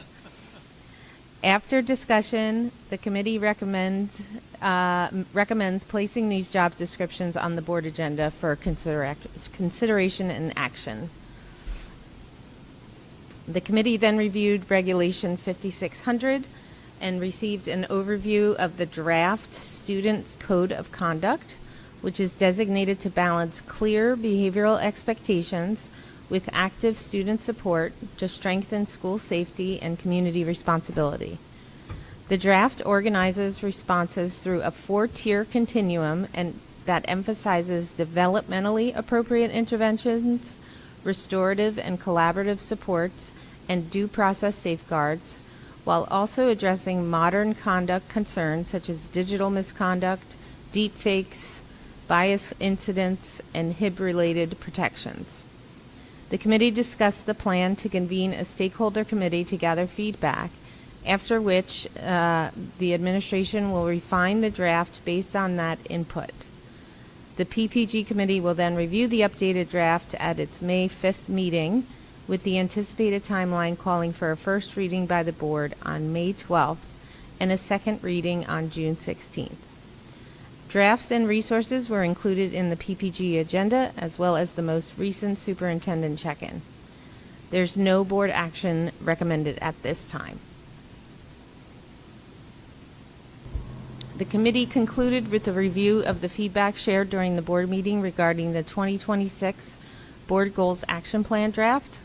While points of contact may be identified to support coordination, and the administration may provide logistical or informational support to facilitate the work, implementation and accountability remain with the board, consistent with the board's roles and responsibilities.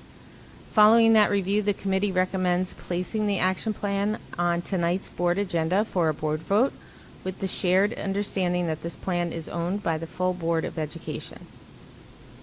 In addition, as part of the annual review of the board handbook in preparation for the upcoming reorganization meeting, any board members who have recommended edits or updates to the board handbook are asked to share them with the PPG committee chairs, which is Sonal and myself, by May 3rd. The next Policy, Personnel, and Governance Committee meeting is scheduled for May 5th, 2026. Thanks. Excellent. Yes, public. Okay. During this, we're going to move to public comment. This is on agenda action items only.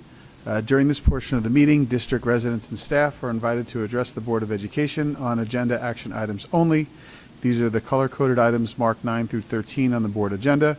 There will be time at the end of the meeting for the public to address items that are not on as action items on the agenda. As a courtesy, please allow current students and staff of the Westfield Public Schools to speak first.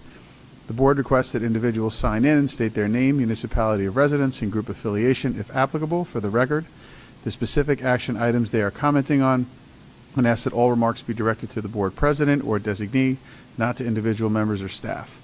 The board asks that members of the public be courteous and mindful of the rights of other individuals when speaking. Specifically, comments regarding personnel matters are discouraged and cannot be responded to by the board. Students and employees have specific legal rights afforded by the laws of New Jersey.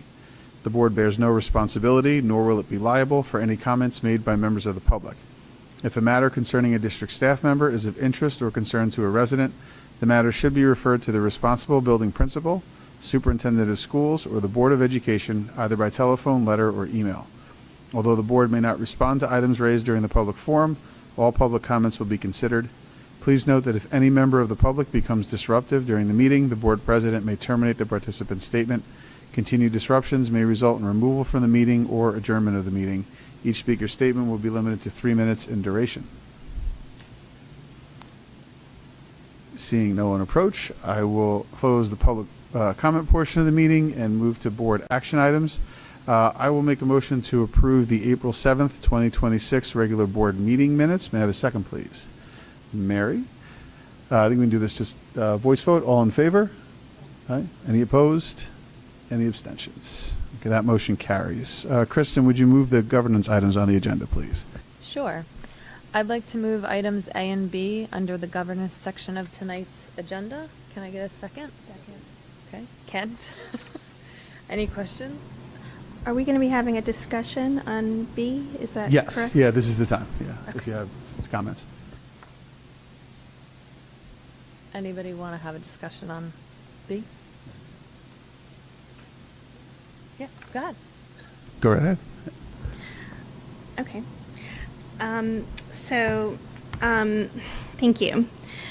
So I appreciate the work that has gone into this plan, and I want to also thank Kristen and Rob, particularly for last week and the previous open discussions that we've been initiating here at the Board of Education, because I really feel that it's extremely healthy for us to be having open conversations like these, and it's a relatively new thing since I've been here, and I just want to say how grateful I am for you both introducing this kind of dynamic.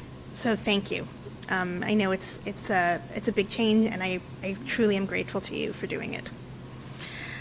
I'd like to talk about some of the choices in reviewing this plan that I see reflected based on the feedback that was provided in the meeting last week. I did review the updated version, and I want to note that I don't see any substantive changes to the structure. While there was a separate discussion document where all of the feedback was captured fairly accurately, it was not yet reflected in the action items themselves. And that's a choice. From a governance perspective, I think that's important. The concerns that were raised, particularly around board ownership and oversight, go to the core of how I believe this plan should function, and I don't see those elements yet incorporated. And that is also a choice. From an execution perspective, this deliverable was delayed by several months. It was commenced in December. During that time, additional board members, including myself, offered to assist with the development of the plan, but the drafting remained limited in participation and ownership. Not in participation, in ownership. At the same time, we are often reminded to be mindful of the administration's time and capacity. And in that context, it's very notable that in reviewing the document drafting history over the past 5 months, this work, which is fundamentally a board responsibility, appears to have been primarily relied upon as the superintendent rather than the select board members who were given access to author and edit it. And I would note that clarity and transparency around document versions and access are an important part of that process, and that too is a choice. As was reinforced in our NJSBA training, the board acts as a body, not as individuals or subsets, and that principle should be reflected not only in how we vote, but in how we set direction and develop our board goals.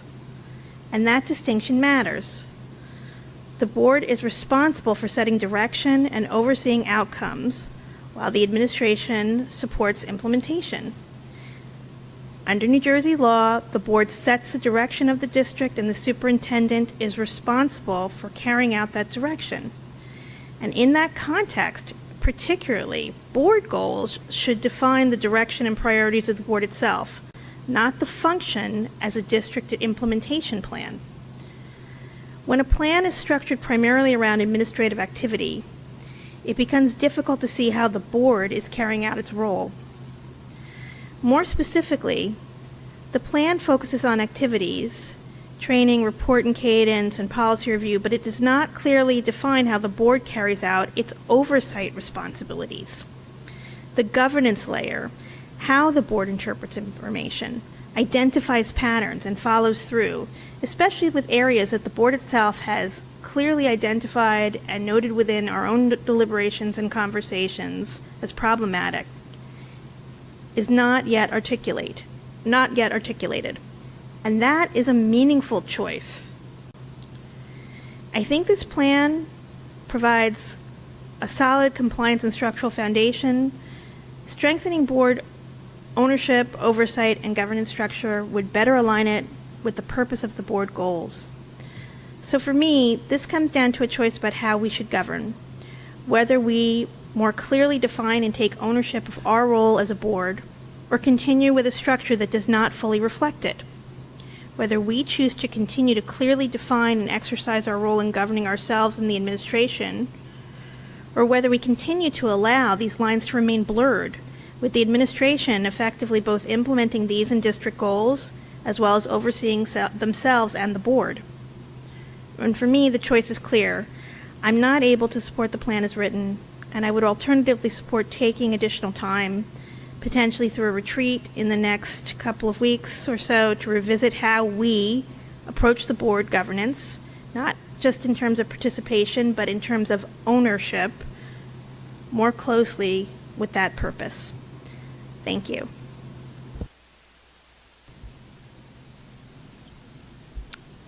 Any other comment or?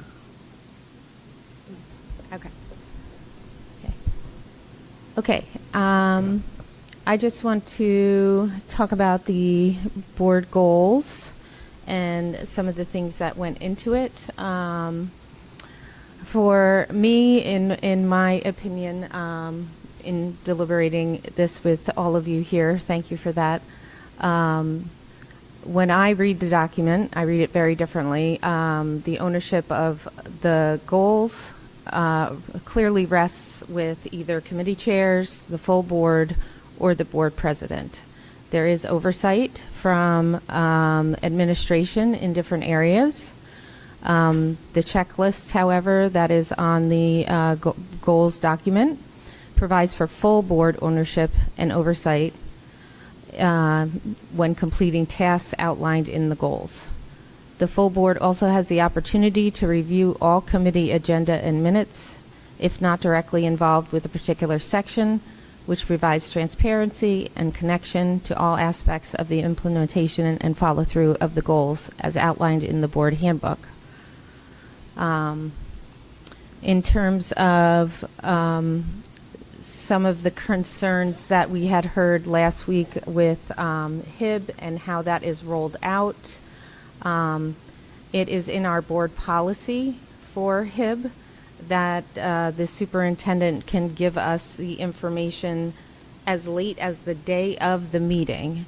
I recommend if there are, we have to review that policy yearly, so if there are any concerns or feedback that would alleviate some of that pressure of getting it late, that we can review that when we get to the policy review for this year for the HIB.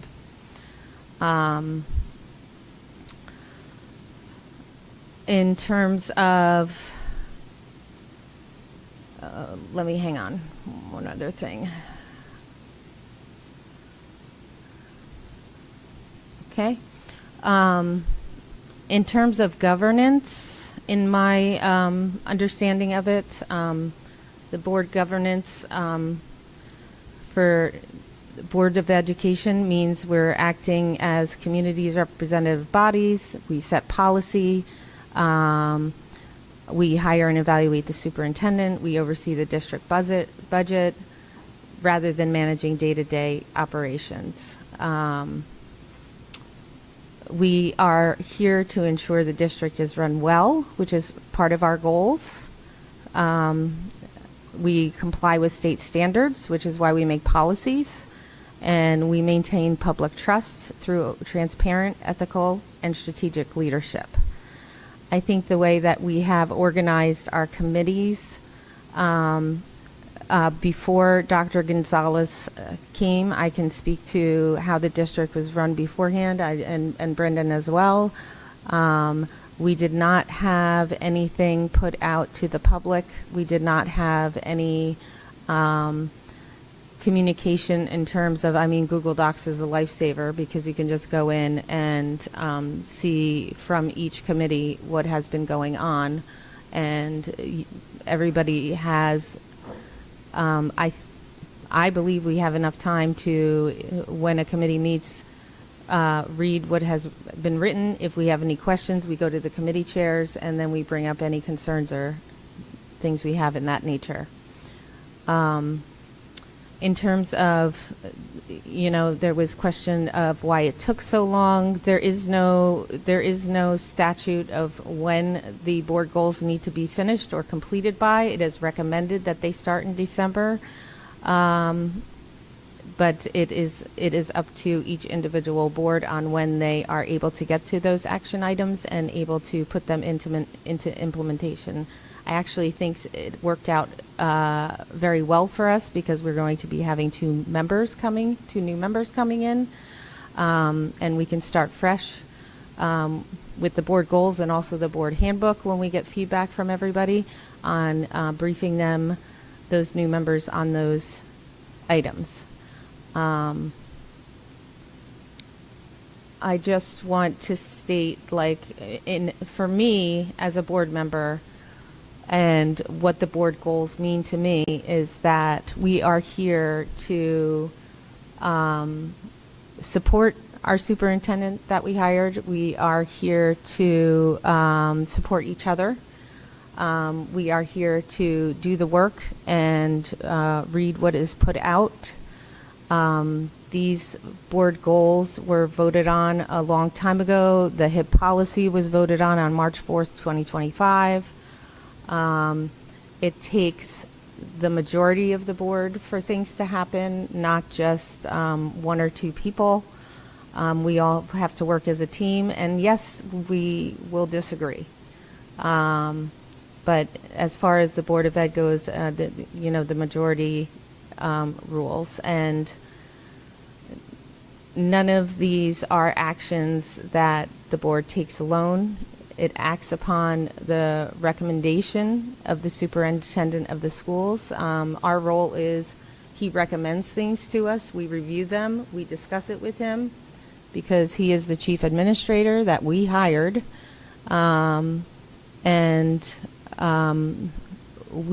It is absolutely necessary when we are discussing board goals that also align with our district goals to have his input and other administrators' input into that process. Lastly, I just want to say the comment that suggests that the drafting of the board goals was done primarily by the superintendent. Just so people know, what we do in PPG is that Dr. Gonzalez, we all sit around the table. He is the one with the doc up on the screen for us, and we discuss everything, but he takes the notes. So if his name is in the document more than anybody else's, it doesn't mean our input is not in there. He is the one taking the notes for us, and we thank him for that, because he's actually knows how to use the equipment. I do appreciate the dialogue. I do appreciate the different perspectives. I do appreciate that we can have civil conversations on, different ways we feel about how things are being run. I'm of the belief that if we are going to be a cohesive unit, we have to have trust in our superintendent. We have to have trust in our other board members, that we are all doing our due diligence and doing our part in putting what we say in our committees out there for everybody to see and to talk about and to discuss and to question and to give feedback on. Thank you.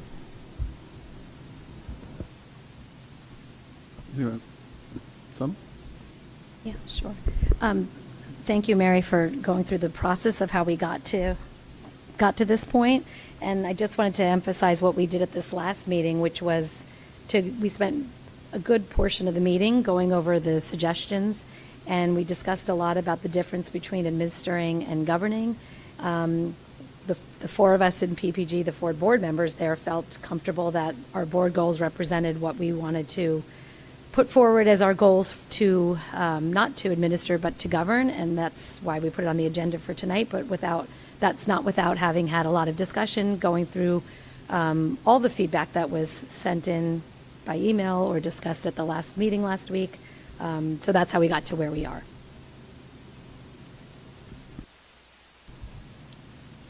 Anyone on this end? Anyone on that end? You good? Ready for a vote? Seems like we're ready. Does anybody else have any? Oh, Yeah, CJ. Yeah, I mean, Sure, this I'm is. sorry if I missed you. No, that's all right. That's all right. I mean, this is a topic that's very important to me as well, as you probably know. I know I've asked a lot of questions in the past. I still have a lot of concern that this is such an ephemeral topic that, we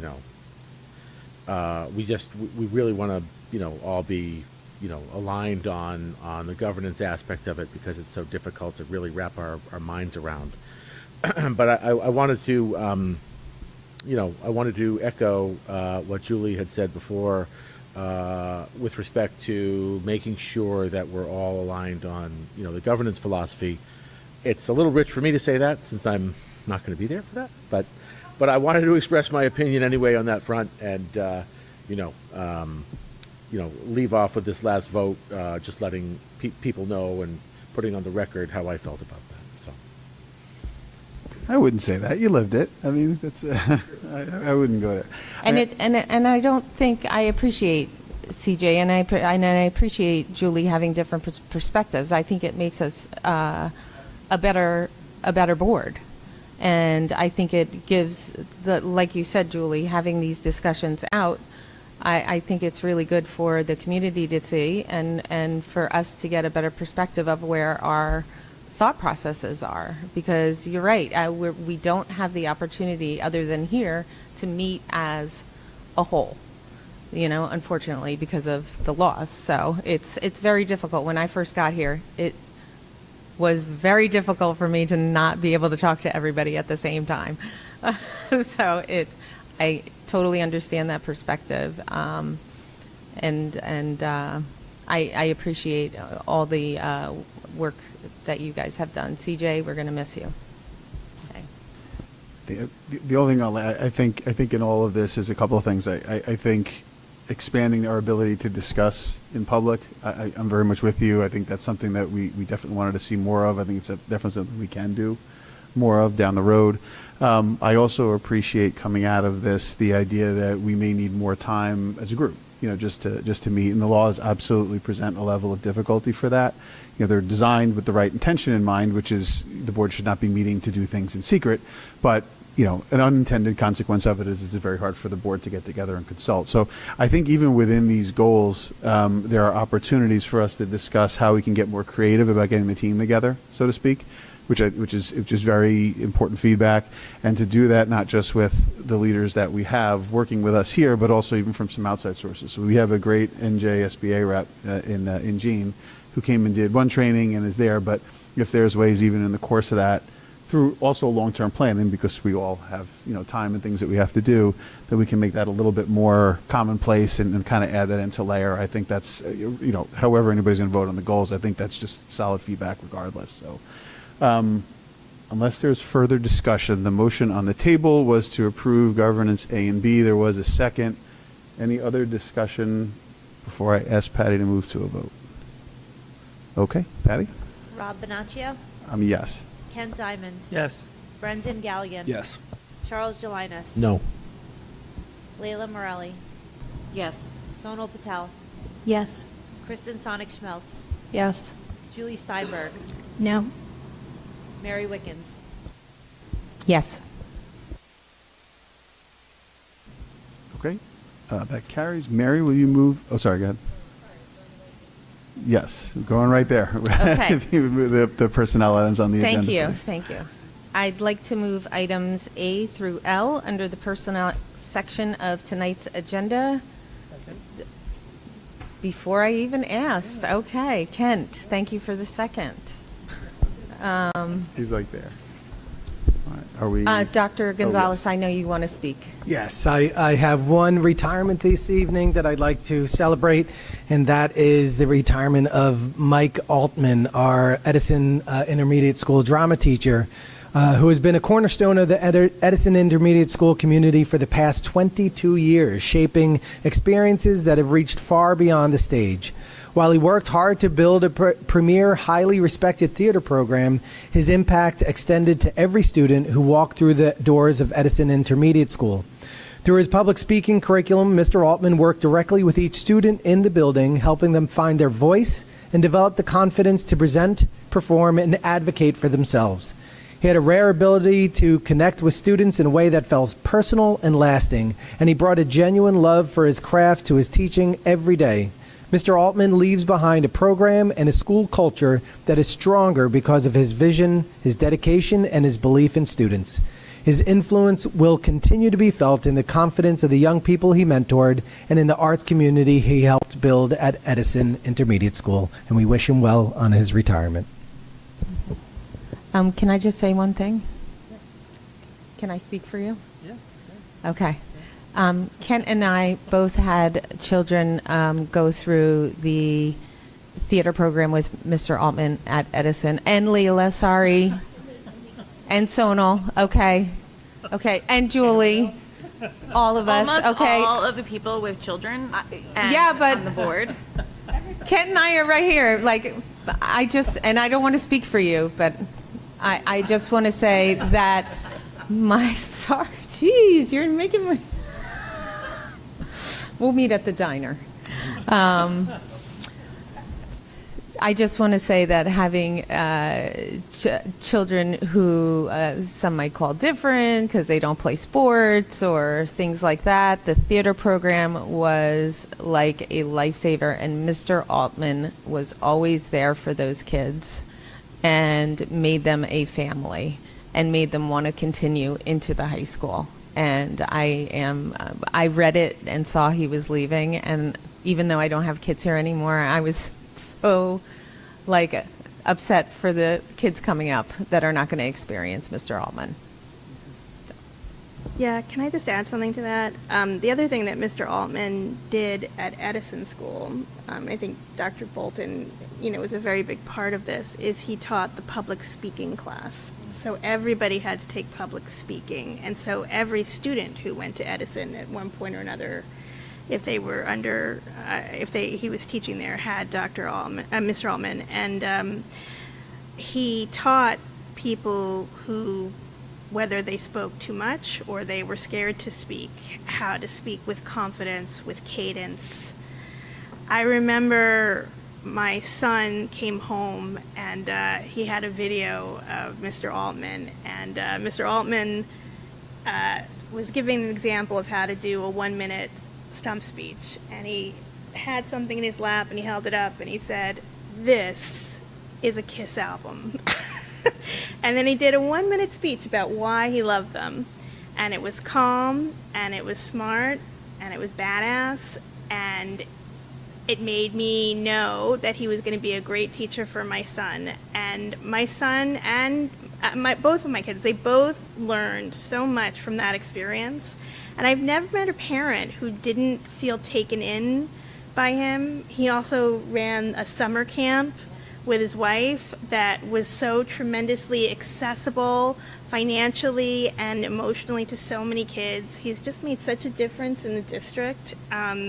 I also don't know a teacher who didn't really love him. Every single teacher I've ever met has just felt like he was such a terrific colleague.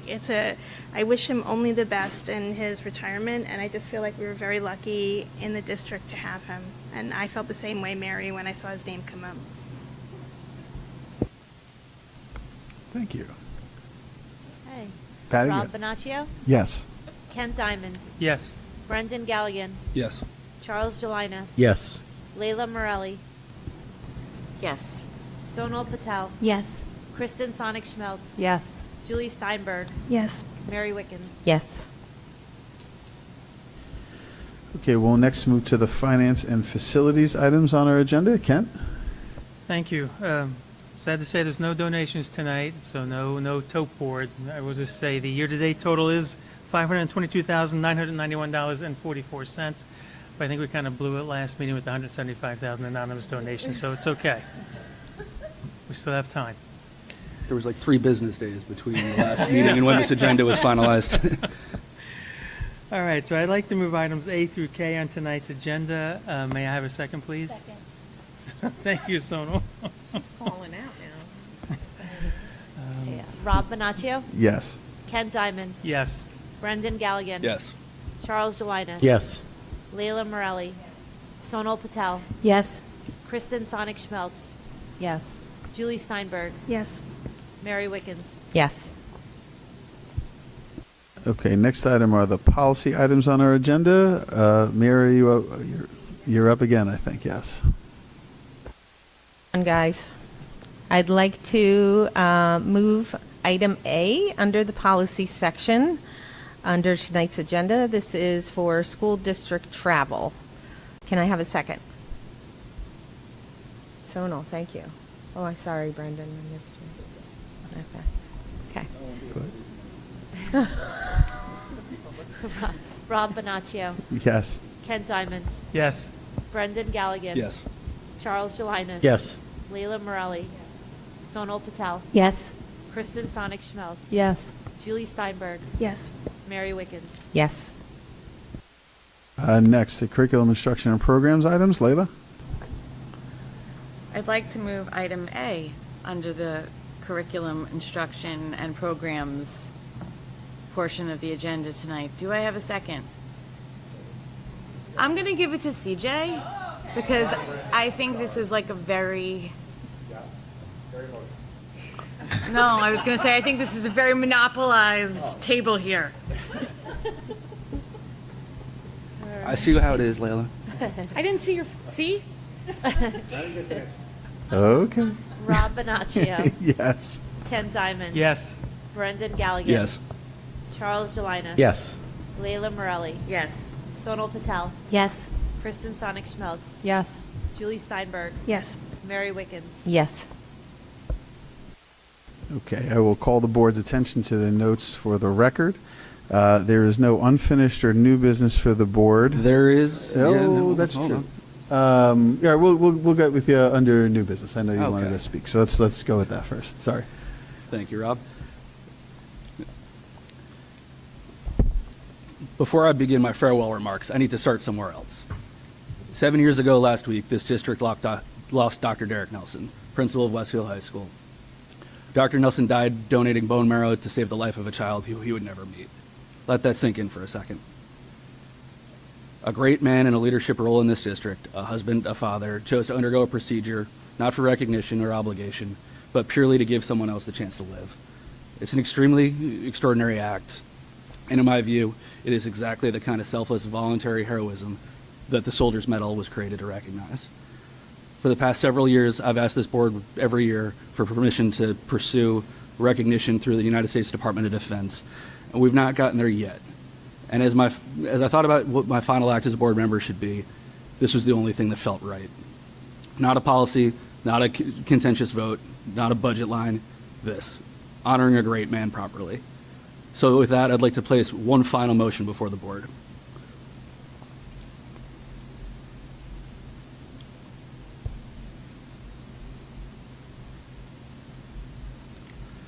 And yes, Patty, I will send you the text before you ask for it. I keep clicking and it shoots to the bottom of the text.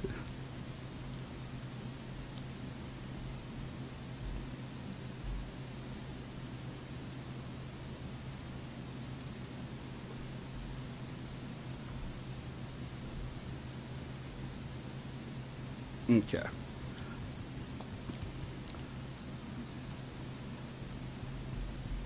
I absolutely hate this. Okay. Whereas Board of Education member Brendan Galligan has pursued formal recognition for the heroic actions of Dr. Derek Nelson through the nomination of the Soldier's Medal with the United States Department of Defense, and whereas Mr. Galligan's tenure on this Board of Education will conclude prior to the resolution of that effort, now therefore be it resolved that the Westfield Board of Education authorizes the soon-to-be former board member Brendan Galligan to continue to pursue this nomination process on behalf of the board and the district without a time limitation until such recognition is duly considered and awarded by the U.S. Department of Defense.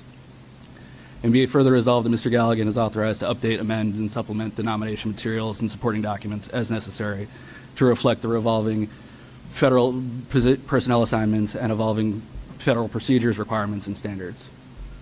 May I have a second? Second. Thank you, Kent. Any comments? Oh.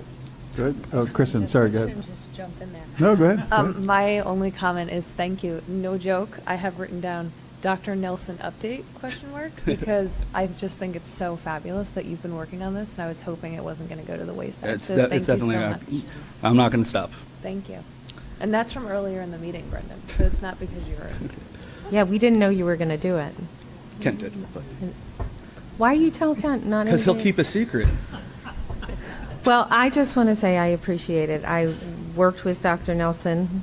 He was my supervisor when I was here, and he was a very great man, not only a great supervisor, administrator, but just a great person. He cared about the kids. He cared about his staff. And I'm so thankful for you, Brendan, for continuing this and wanting to continue this even after you leave. Of course. Thank you. And with that, I think we can go to vote. Rob Bonaccia, Yes. Ken Diamond, Yes. Brendan Galligan, Yes. Charles Jelinas, Yes. Leila Morelli, Sonal Patel, Yes. Kristen Sonic Schmeltz, Yes. Julie Steinberg, Yes. Mary Wickens. Yes. Sorry, I didn't know that was coming to new business either, but I'm glad we did it. And now, All right. And with that, I'll shift gears a bit. You guys all know I'm a numbers guy, so let's hit some numbers. Let's go back to June 5th, 2012. That's the day I decided to file a petition to run for a one-year unexpired term on this board. My parents didn't believe me until 3 weeks later when the leader reported on it. From that day to today, it's been 5,078 days. If we go back further, my first day of kindergarten to the day of graduation, September 94 to June of 2007, that's 4,672 days I spent as a student in this district. So combined, that's 9,750 days of my life connected directly to the Westfield Public Schools. To put that in more context, from the day I was born until today, that's about 72% of my life. And about 37% of that has been sitting on this board. So over 2/3 of my life has been spent in this district, either as a student in the classroom or sitting on this dais, which probably explains a lot more about me than I care to acknowledge right now, so let's just move on. And before anything else, I sincerely want to thank this current board, not individually, but as a group, because that's what we are. We're a group, we're a team. Your commitment to students, the willingness to engage in difficult issues, and the shared vision for where this district needs to go is evident. And just as importantly, the cohesion of this group matters. The alignment is what allows good ideas to actually turn into positive outcomes. So I sincerely thank you for the work you're doing, how you're conducting yourselves, and most importantly, what the future holds for this district. They're in your hands, good hands. Over the last 13 and a half years, I've had the privilege of serving with 29 different board members. I will not take the time to thank each of them individually, but there are a few who had a particularly meaningful impact to me, and I do want to acknowledge them. I'll start with Ginny Lights. You're the only board member in district history who may have served for longer than I have. You're the first person who made me feel like I belonged here, and you helped me find my sea legs. You taught me how to do this job, and to this day, I still reach out when I need a sounding board before something goes public. That kind of mentorship sticks, and I thank you. Mark Friedman, you ran the Finance Committee for your entire tenure on the board. The things you taught me about how to explain complex budgetary concepts in simple, easy-to-understand terms is invaluable. At the end of the day, the bucket is only so big. You can pour it into a lot of smaller pots, but when it's empty, it's empty. The clarity has stuck with me ever since. Mike Beelan, you and I have served together for 6 years. We're on just about every committee together, from finance and facilities. We also made through the rounds through policy and curriculum. At this point, you're a personal friend, and I value the conversations and brainstorming sessions we've had over the years. Rob Garrison, we also served together for about 6 years, although in about 3 unconsecutive disjointed terms. You brought a level of insight into labor law that changed how I appreciate the decision-making process and the value of a positive relationship with our labor unions. You helped me think through proposals before they ever came to this table, and like Mike, you're a personal friend, and I appreciate everything you've taught me. Amy Root, you were the board president while I was the vice president. We didn't always agree, but we always agreed to row the boat in the same direction.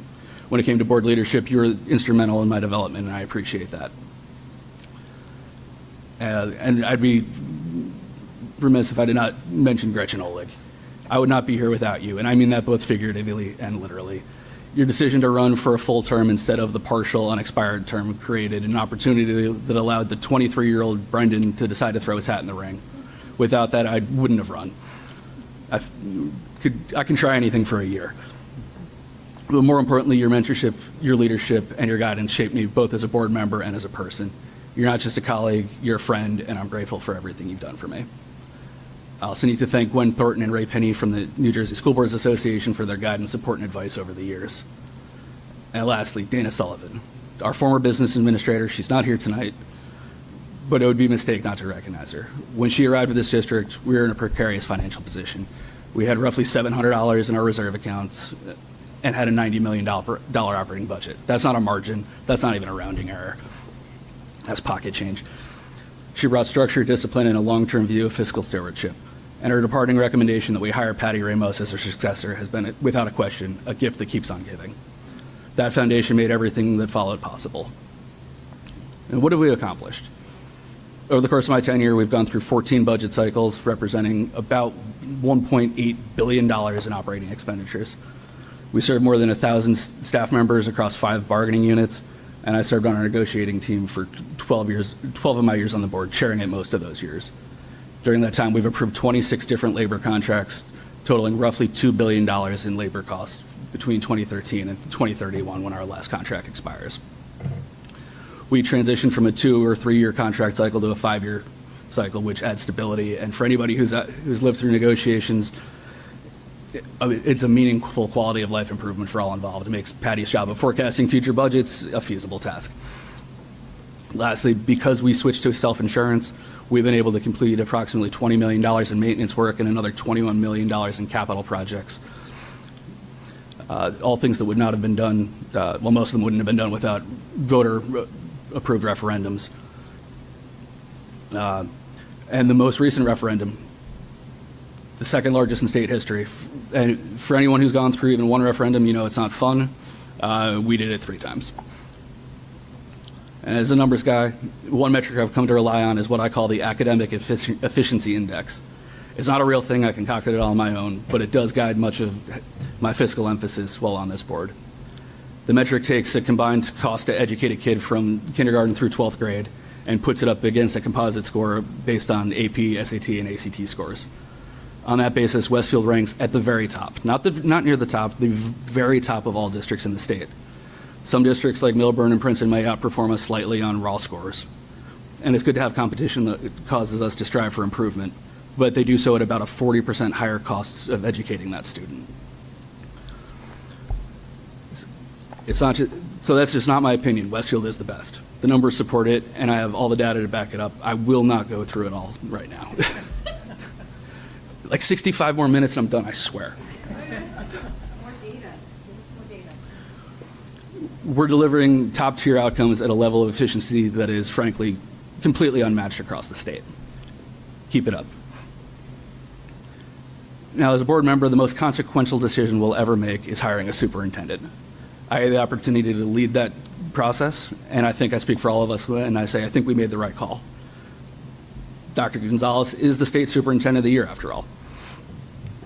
We also made structural decisions that matter long-term, including elevating Dr. Bolton to the deputy superintendent of schools, creating stability, continuity, and a clear hierarchy in leadership.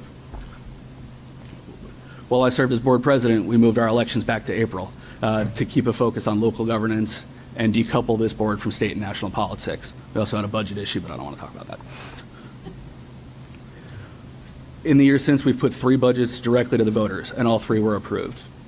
What this tells me is when you explain things clearly enough, people will always vote yes, or at least they'll trust you enough to vote yes, even if they're not quite sure. Beyond my service to this board, I'd be remiss to not mention that I've served on the board of directors of the New Jersey School Boards Association, along with its legislative committee, finance committee, audit committee, and their nominating committee. I served as vice president of the Union County School Boards Association and on the executive committee of the New Jersey Interscholastic Athletics Association. I'm the only Westfield board member to ever earn the highest level of certification from the NJSBA, culminating as a certified board leader, which, if nothing else, proves that I have spent a lot of time in training sessions. And I'll close these remarks tonight with what's left unfinished. First, the referendum projects. We've been talking about this and planning it for 7 years. The taxpayers have committed about $250 million in funding. Don't lose focus. Second, cohesion matters. A divided house is not just slow decisions, it causes talented employees to start looking elsewhere. Work tirelessly to fold our new board members, Patrick and Anthony, into the board culture. Third, continue to aggressively pursue board certification through the NJSBA. That investment in good governance will pay dividends. Fourth, continue building partnerships with the town government, especially with respect to shared services. Things we've been talking about for years, about like trying to figure out how we can get the DPW to plow our lots or take over more field maintenance or even share IT services. They're all areas for sharing the limited tax dollars of the Westfield residents. We've made progress here, but keep pushing. Fifth, pursue opportunities for alternative revenue, namely special ed tuition once the district projects are complete, and reach out to Mountainside before they lock into a renewed contract with Governor Livingston. The Mountainside high school population could easily be absorbed by WHS without much effort, and my back of the envelope math is straightforward. The revenue, including the cost of additional positions, will more than offset the cost of staffing full-day kindergarten once the referendum projects are done. Don't let something controversial stop you from doing something right. And finally, our relationship with the WEA. The lack of animosity we have maintained for decades is rare. It's one of the strongest intangible assets this district has, protected at all costs. In closing, just over 70% of my life has been tied to this district. As a student, as a board member, I've seen it from both sides. This district is strong, and not by accident, but because of by the people who show up, do the work, and make the hard decisions every day. And for me personally, it has been the greatest honor of my life to serve this community that raised me. I'm proud of the work we've done here. I'm confident the work will continue. And while I'm sad that my time on the board is coming to an end, I'm always available if the board needs anything, especially as you transition committee responsibilities. I'm just a phone call away. Thank you all, and thank you to Westfield for giving me 14 years of your trust.